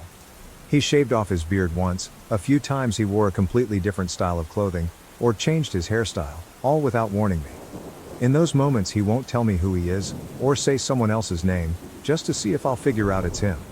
He'll make jokes saying he'll try to switch with one of his friends and see if I'll stay loyal. I usually do realize it's him, but it causes me a lot of anxiety. We've had big fights on this. He says he's allowed to change his look. I'm not a cartoon character. I ask him to warn me. Don't get me wrong, he cares about me, but I don't think he gets how stressful it is. How do I make it clear? We have a lot of great times together, there's just this bump. Update. It's hard to imagine I made this post 19 hours ago and now I'm in the middle of breaking up with him. I'm very tired, so I'm going to keep this short. I went to talk to him, showed him this and told him he can't do it anymore. The conversation was a lot. First he was angry I made this post, then he was angry I was taking it all so serious. Lots of apologies and so on. He again said he was just trying to make a tough situation more light. I said it's too much. He said I can't take a joke and I need to let him be him. That he always tells me when he's been joking, and if he was really keen on hurting me he'd just do things and not tell me, so his telling proves he cares. That one made me feel uncomfortable. At one point he said he just wanted to test if it was real, because I could just be using it as an excuse to do anything. I left after that cause we were just going in circles. There was a lot of me making an issue of one small thing. I'm exhausted. He's still blowing up my phone with love and apologies, but you guys made me realize a lot. Thanks, really. I'm trying to stay rational about it, but it's hard because I do care about him a lot. I'm gonna get a few hours of sleep. Thank you again. Relevant comments. Comment 1. He is messing with your safety. Does he not realize that? OP. I don't think he realizes how confusing it all is. There was a moment he did the opposite, acting all weirded out when I thanked him for a nice date, saying it wasn't him, and though I knew it was, I still started to doubt myself. He did say it was a joke soon after, but it caused such a panic. He hasn't done it again, but it took me a long time to feel comfortable again. Comment 2. Making someone feel unsafe is not a joke. Gaslighting someone you care about is not a joke. Comment 3. Holy smokes, that's terrifying. Not to recognize a familiar face with a major change like that. That is like nightmare fuel. That your BF does it to you, multiple times on purpose, is scary.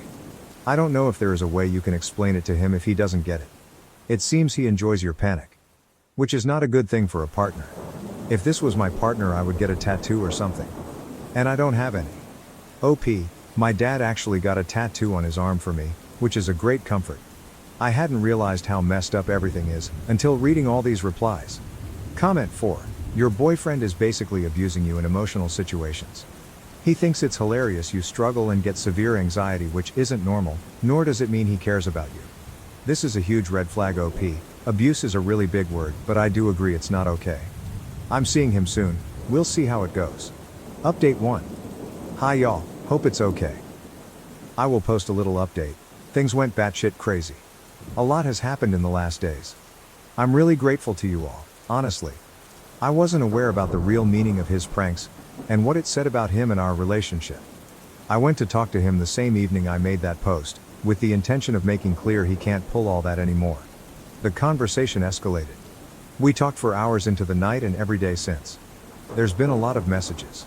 He got angry about the Reddit post I made. I showed him. Angry at you guys. Angry that I couldn't take a joke and listen to strangers. Said things like he in the beginning didn't believe I actually suffered from it, and would use it as an excuse to cheat on him. That now he does believe, but, due to bad breakups in the past, he has a hard time trusting I won't use it as an excuse regardless. Said he was joking about it because he wanted to make a tough situation lighter, and that's just his sense of humor. That if I loved him, I'd accept that. When I made it clear I was done, it got even worse. He began apologizing a lot. Said he didn't realize it was such a big thing for me. Again, didn't make any sense with all said before. In the same breath he said that he at least told me. To the people who thought he actually had planned to trick me by using one of his friends, I think y'all may be very right. To be honest, I was done. I do care about him a lot. Can't just shut that off. But it's never going to work. There's been many messages / calls / etc. He dropped some vague hints that sometimes he pulled pranks I wasn't aware of. I don't know if that is true, or he's just in a bad place right now. He also came to my place to apologize again. But I suspect he didn't expect I'd immediately recognize him, as he didn't apologize till I said his name. He's not evil, but just very messed up. I blocked him everywhere, told him not to show up anymore, and that a friend would give him his stuff. I'm going to delete this account soon, but I wanted to thank you guys for helping me realize it. I genuinely don't think I would have. I'm heartbroken, but a bit relieved as well. Thanks for all the support and kindness. Relevant comments. Comment 1, I'm glad you broke up. Someone who loves you shouldn't ever do that to you. Just curious about your condition. Do you also have issues with recognizing voices as well as faces? I can only imagine how hard it must be to deal with. OP, actually voices are one of the traits I go by to recognize someone. Voices, posture, tattoos, hairstyle, and so on. Thank you loads. Update 2. This is probably a bit stupid, but that boy has got me questioning my own mind. Either way, sorry if this is a bother. I broke up with my BF a few weeks ago. I had realized, in part thanks to Reddit, that some of his behavior was absolutely not okay, and when I tried to talk to him, the conversation escalated to me breaking up with him. I have a pretty severe case of face blindness, prosopagnosia. It means I can't remember people's faces and go by other characteristics to try and put a name to someone. Voice, hairstyle, posture, etc. People around me know and introduce themselves when we meet and other things to make it easier. I have a lot of anxiety because of it. He used to try and test me, which gave me a lot of stress. Changed up his look without warning to see if I knew it was him, and a lot more. He called it pranks. He is a jokester. So we broke up. It's been a lot. He'd been calling or messaging non-stop with both apologies and non-apologies, till I blocked him. In moments of a lot of emotion, I said things like I never wanted to see him again, and he'd reply that he was hurt, that I wouldn't even know if it was him, and I was lucky he wouldn't do it. Made me feel icky.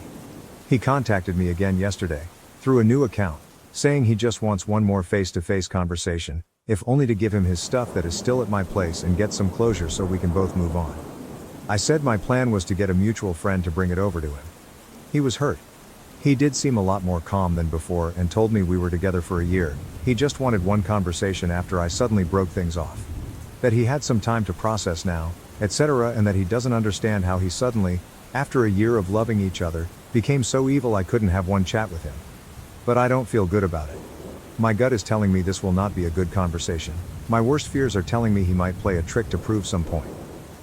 Beta, if I don't reply anymore, what, just say no. Edit, I didn't expect all these replies. I hope it's okay to respond like this. Thank you all, really. I think I knew already, but somehow started to doubt myself. The past weeks have been a lot. I really appreciate and need these words. I'm ready for all of this to be over and done with. Also, just a little thank you in general. Reddit's been a wonderful community and it's helped me a lot. Update 3. It's been a wee bit, and since I'm still getting messages about this, I thought I'd just give one big update for this. So more than a month ago I broke up with my BF because he kept pulling pranks involving my face blindness. I can't recognize faces and am dependent on other aspects to recognize someone, and even then it's still confusing. After that he'd been bugging me that he wanted to meet up, so we could get some closure. My gut was telling me not to, but I felt guilty. With you guys' advice, and my own gut feeling in mind, I decided not to go. I asked a friend, Roger, to go bring him his stuff and kept him blocked, including blocking the new accounts he'd made. Roger came back with a letter from him, to me. The letter in itself was apologetic. He even said he was grateful for our time together and took full responsibility. It ended with him saying he'd respect it if I chose not to reply or message. Honestly, a lot of very respectful words. I still decided not to get in touch. Still trying to get over the breakup myself. But I did appreciate it, till I found out he wasn't letting go like he said. Roger and some other mutual friends let me know he was asking them about me. A lot, if I had read the letter, if I was seeing someone else, already. And so on. A couple of days ago he showed up at my place. He was clearly not sober and upset. He just seemed so broken, so I, stupidly, let him in. For a while he was just being miserably nice, while I got him water and stuff. But the more sober, the more angry he got. At that point I messaged basically everyone I knew to come. I didn't think he'd hurt me, but I didn't feel comfortable being alone with him regardless. Among the many accusations of me not even having the decency to reply, that I clearly never cared about him and that I was a horrendous person, he told me I cheated on him and didn't even know it. So how could I blame him for not trusting me? I'm not gonna lie, I was trying to stay calm but failed. And I know I should have not lost my cool. I screamed at him, asked him what he was talking about. Apparently on a night out with him and others, he asked his friend Mike, who knows of my face blindness and has similar characteristics as my ex, apart from a different voice and smell, to swap out with him and kissed me. And I didn't know. I don't know if he's lying or not. But knowing I was drinking and in a crowded loud room, I know it's a possibility. Especially since Mike tried to kiss me another time, though then I immediately realized it was him and lost my shit at him. When I told my then BF, he was more angry than I had ever seen him, so IDK if the time was a plan as well or not. Either way Mike is a disgusting human. I know it's just a kiss, but it did make me sick to my stomach just thinking about how they might have played me. I told him to get out, he didn't. Luckily it didn't take long for some people to arrive and get him out. I'm endlessly grateful for the people I have around me. I'm staying at my parents' place now, took a break from work and I'm looking into therapy. My mom and dad, who got a tattoo years ago just so I would never doubt it's him, are treating me like a princess and reminding me of the kindness people deserve. Haven't looked into a restraining order, but might if it continues. Thanks to you all for helping me see what's right in this situation. Reddit has been a wonderful community I am very grateful for. I probably won't update anymore, as this is over and done with. But I'm glad I got to pour my heart out to y'all. Update 4. We broke up nearly 3 months ago. It wasn't pretty. There were a lot of things not right between us. Among other things, he kept joking with the fact that I have a severe case of face blindness. I wasn't perfect in this relationship either BTW, not trying to make him the villain. Usually I go by voice, obvious traits and so on. I'm lucky enough to have a lot of wonderful people around me who'll introduce themselves once we start talking, warn me if they change their looks or even wear something that'll help me, like my dad who got a tattoo just for me. But it's still hard and gives me so much anxiety. So maybe I'm imagining it all? I stayed with my parents and we cousins for a while after the breakup, but since I'm home, I feel like he's still around. The first time, I went to a club with a friend and her BF, started dancing with a guy and went outside with him to get some air. The moment we stepped outside and I heard his voice, I knew it was him. I was so sure. I freaked, went inside again and left with my friend. I messaged him later and he denied it vehemently, telling me he was not even near there.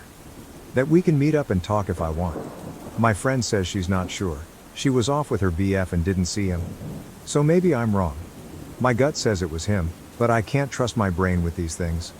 There's been more incidents like this since. If I go out, sometimes I just feel like he's there. Like I'll see a guy focused on me and will know it's him, but he'll deny it. Or someone will come to my job and I'll recognize the voice, but he responds so confused and I'll feel like a crazy person making a scene, so I just quietly give him what he needs. I'll go to the grocery store and a guy will suddenly be next to me. He won't even say anything to me, but the smell traits tell me it's him. But then later he denies it all. It's not every day, or something. Once a week, maybe not even that. But it's enough to make me feel so on edge. The thing is, I could be wrong. Maybe it was never him. I don't go out a lot anymore, unless I'm with someone. I keep my phone in my hand in hopes of snapping a picture to show to my friends. Looking into how to get a camera. I don't know what else to do really. I'm afraid if I talk to others about it, they'll simply dismiss it. At the same time he's still messaging me, just as kindly as when we first started dating. He says he's worried about me, that he wants to help.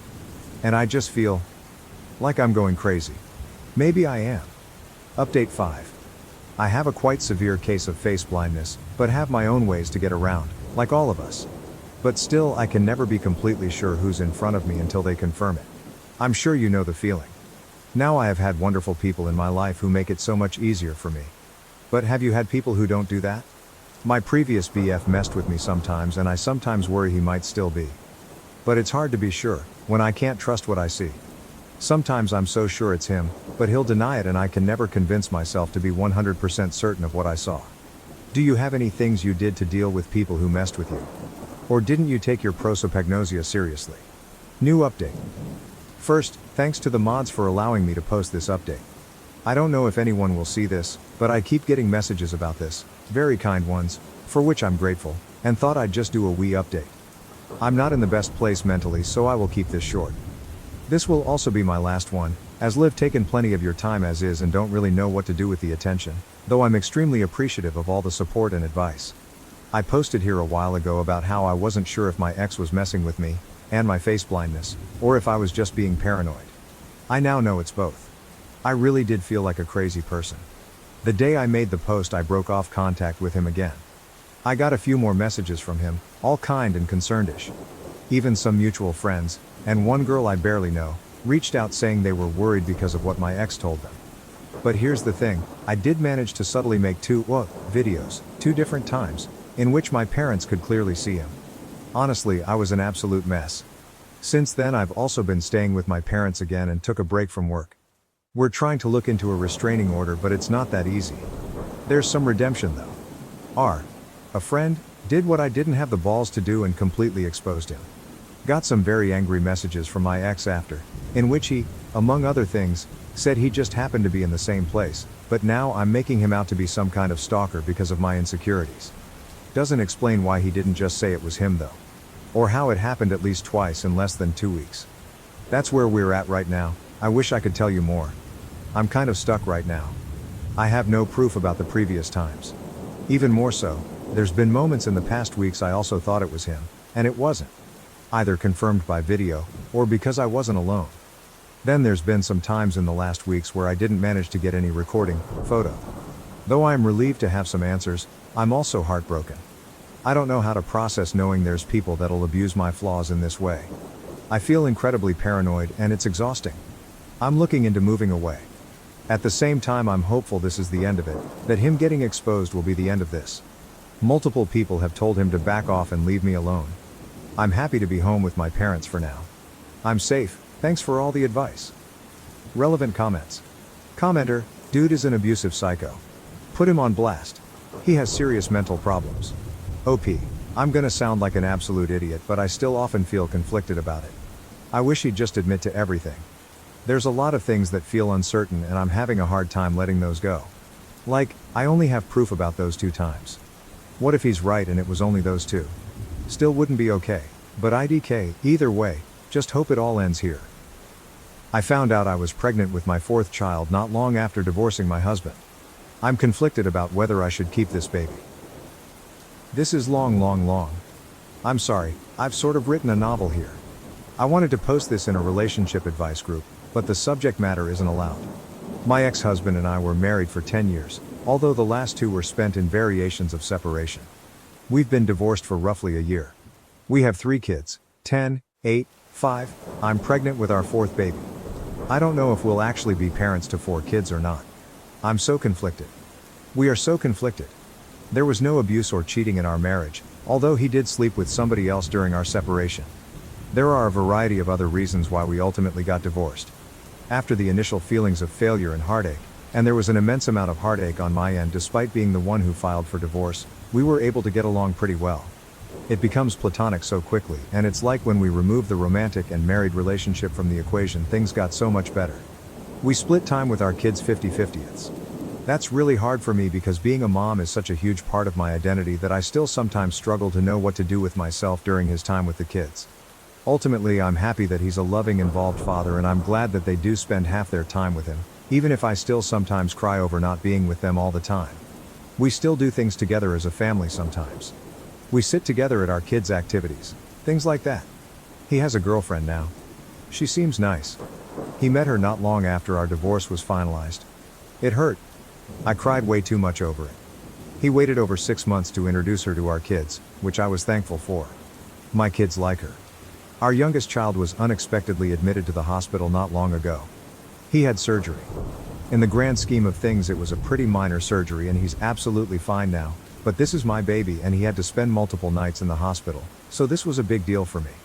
My ex-husband was there the entire time, being a great dad, being a supportive partner to me as I worried over every little thing. We spent all those nights in the hospital together and I remembered why I married him. He was always able to be the strong, level-headed rock for me.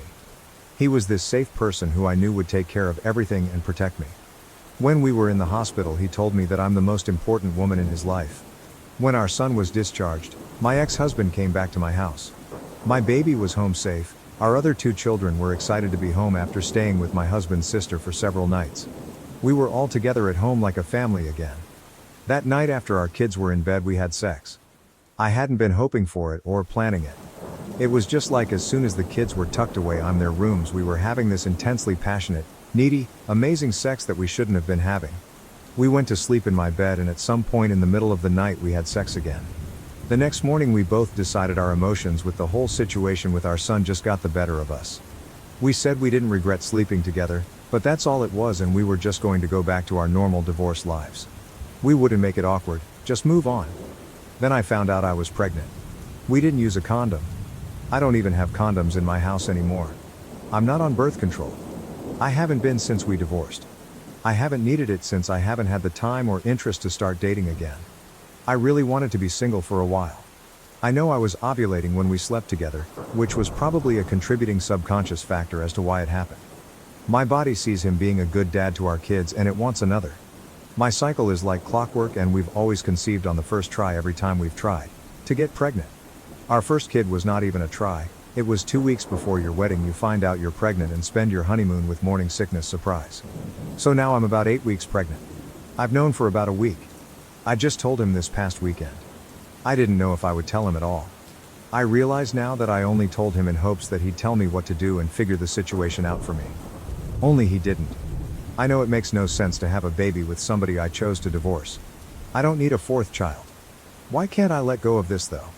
Update 1. I posted about a week ago. My ex-husband and I have been divorced for about a year. We have 3 kids, ranging from 10, 5 years old. We have gotten along great since the divorce, better than when we were married. It's almost like we're friends, can do things with our kids, and enjoy being around each other. About 2 months ago, our youngest unexpectedly ended up having surgery and spending several nights in the hospital. He's fine now. My ex-husband and I stayed together with our son the entire time he was in the hospital. When he was discharged, my ex-husband came back to my house, or former family home, at our son's request. He was just supposed to spend a few hours there. Help our son get settled, then go home. However, I guess all of the emotions and being together as a family in our former shared home got the better of us and we ended up having sex twice that night. Now I'm 9 weeks pregnant. I wasn't on birth control, was on it until after our divorce was finalized, but have been intentionally remaining single for a while and not involved with men in any way, so was giving my body a break from birth control. Initially we were undecided about what to do, but as of last weekend we made the decision together to have the baby. It feels sort of crazy to me. Definitely not a situation I ever imagined I'd find myself in. I already picture this baby looking just like our other kids. I guess that's why I struggled with the idea of not continuing with the pregnancy, which I know isn't really a valid reason to have a baby. This is probably the last baby I'll ever have.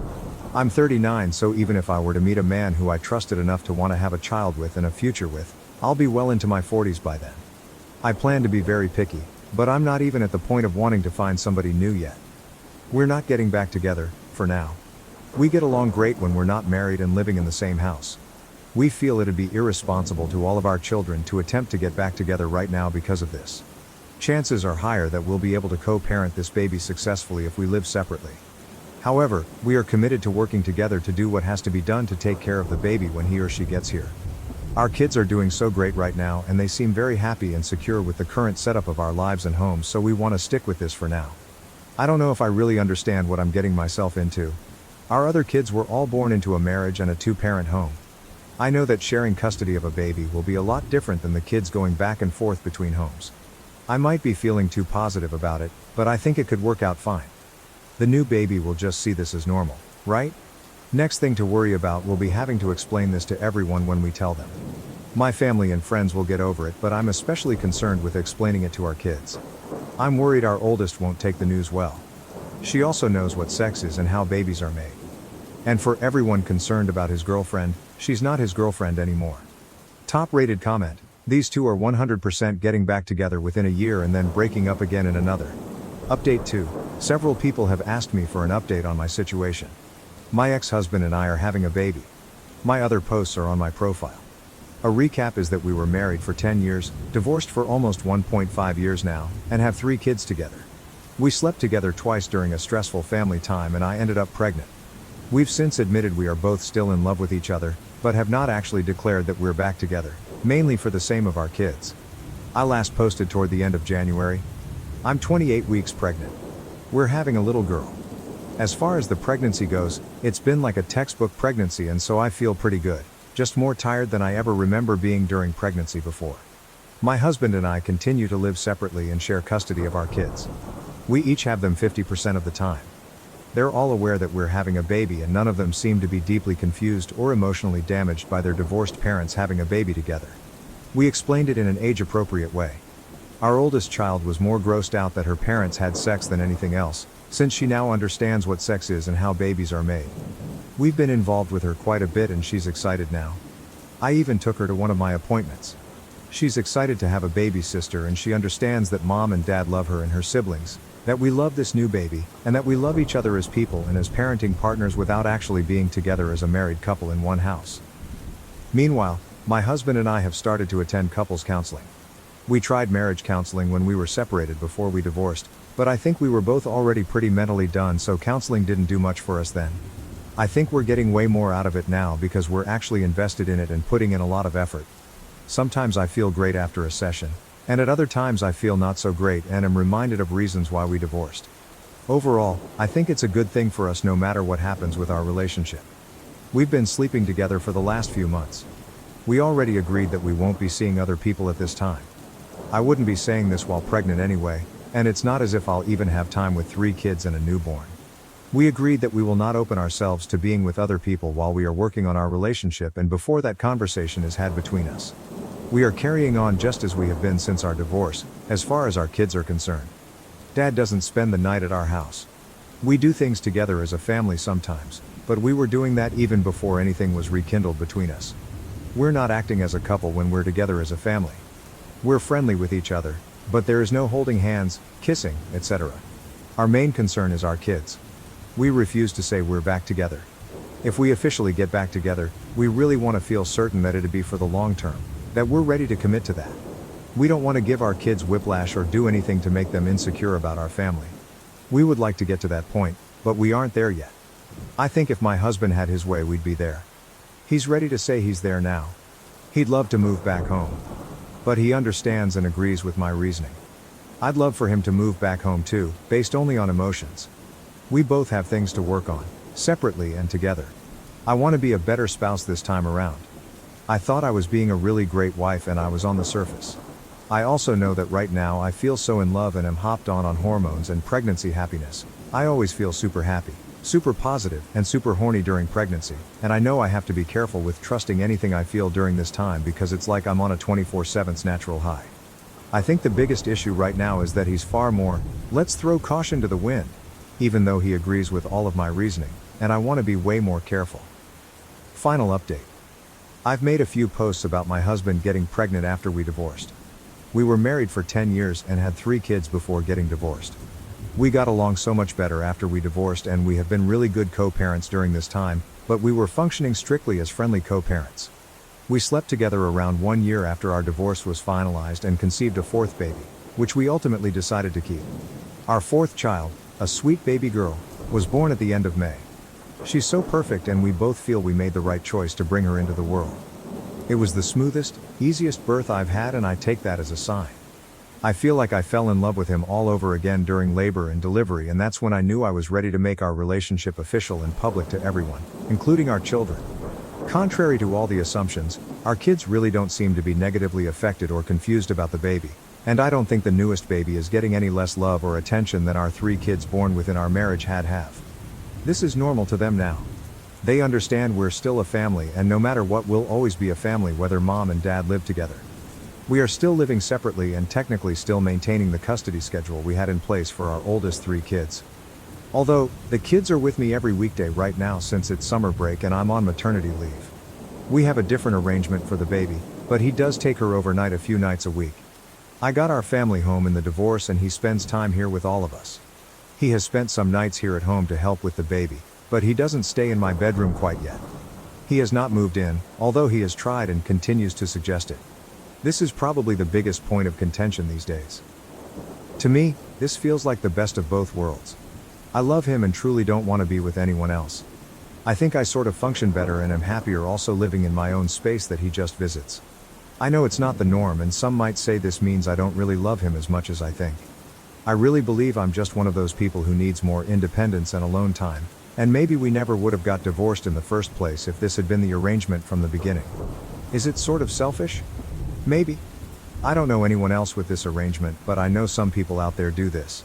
For all intents and purposes, we are together in a relationship again. We've made it official and exclusive, as juvenile as that sounds. We had already made it official between ourselves, but we hadn't really announced it to family and friends or our kids. We are still in love with each other, or back in love with each other, and we are not seeing anyone else. Our kids have adjusted well. They've been seeing a therapist since we filed for divorce, so that has really helped us navigate some of this. Prior to the baby's birth, we did not tell them that we were essentially in a relationship. Only so long you can keep that a secret from your kids. Even though they're young, they're perceptive. So we've recently explained to them that mommy and daddy love each other, but we get along better living in separate homes, and for now we think this is the best thing for our family. The only problem is that now they keep asking about when we will all live together again. I'm sure it's a little confusing to them, but I'm not sure how we could be handling it any better. We attempted marriage counseling when we separated, before divorce. It was not successful. I don't think either of us was 100% committed to it at the time. He really did not take it seriously back then, but I was more stubborn and resistant than I originally realized. We're in couples therapy now, and it's like night and day compared to last time. I'm scared to live together again, so we aren't going to do that anytime soon. It's not that I don't trust him. I don't trust us as a couple. I refuse to put my kids through all of that again. So, getting remarried and moving in together isn't something in the plans right now. Maybe one day. I hope we can get to that point. I just don't want my kids to have to go through a divorce and splitting households yet again. I feel like they'd lose all trust in us then. OP on their living situation. I think it might be best for us to find a way to each have our own place next to each other or on the same property, instead of one actual house that we share. Other than not living together, we are together. It's no different than any other couple that's dating but doesn't live together. Well, it's a little different since we share kids and we were once married, and I still usually refer to him as my husband, but not too different. We aren't keeping our relationship a secret anymore, so we aren't pretending to not be together. Everyone knows now. We spend a lot of time together. But yeah, he may eventually want more than I do, as in a relationship where we live together 24/7. At this point, the hubby's ex-GF was firmly in the rearview mirror, and OP was still brushing it off as if it is no biggie, but I found one exchange that people may find interesting. OP, downvoted. Yes, he had a girlfriend at the time. It's in my post history and I'm not trying to hide it, but we have moved well beyond that now. Response: people are downvoting her comment because it is pretty black and white when it comes to cheating. Cheating hurts others, and a lot of people value living in a world and having actions that don't result in hurting others. He was in a relationship and committed to his girlfriend when he decided that he had the right to sleep with his ex and not immediately tell her that he did it. She deserved better than to get trauma from someone who claimed to be committed to her, but was willing to step out on her. Cheating on someone does result in emotional trauma, which will affect how they will view love and relationships going forward. Personally, if he wasn't ready to be in a relationship with her, then he should have left her alone. I am tired of men in particular getting into relationships with women when they know they are not clearly over their ex-partner. It is a sign of selfishness and pure disregard of another human being's health.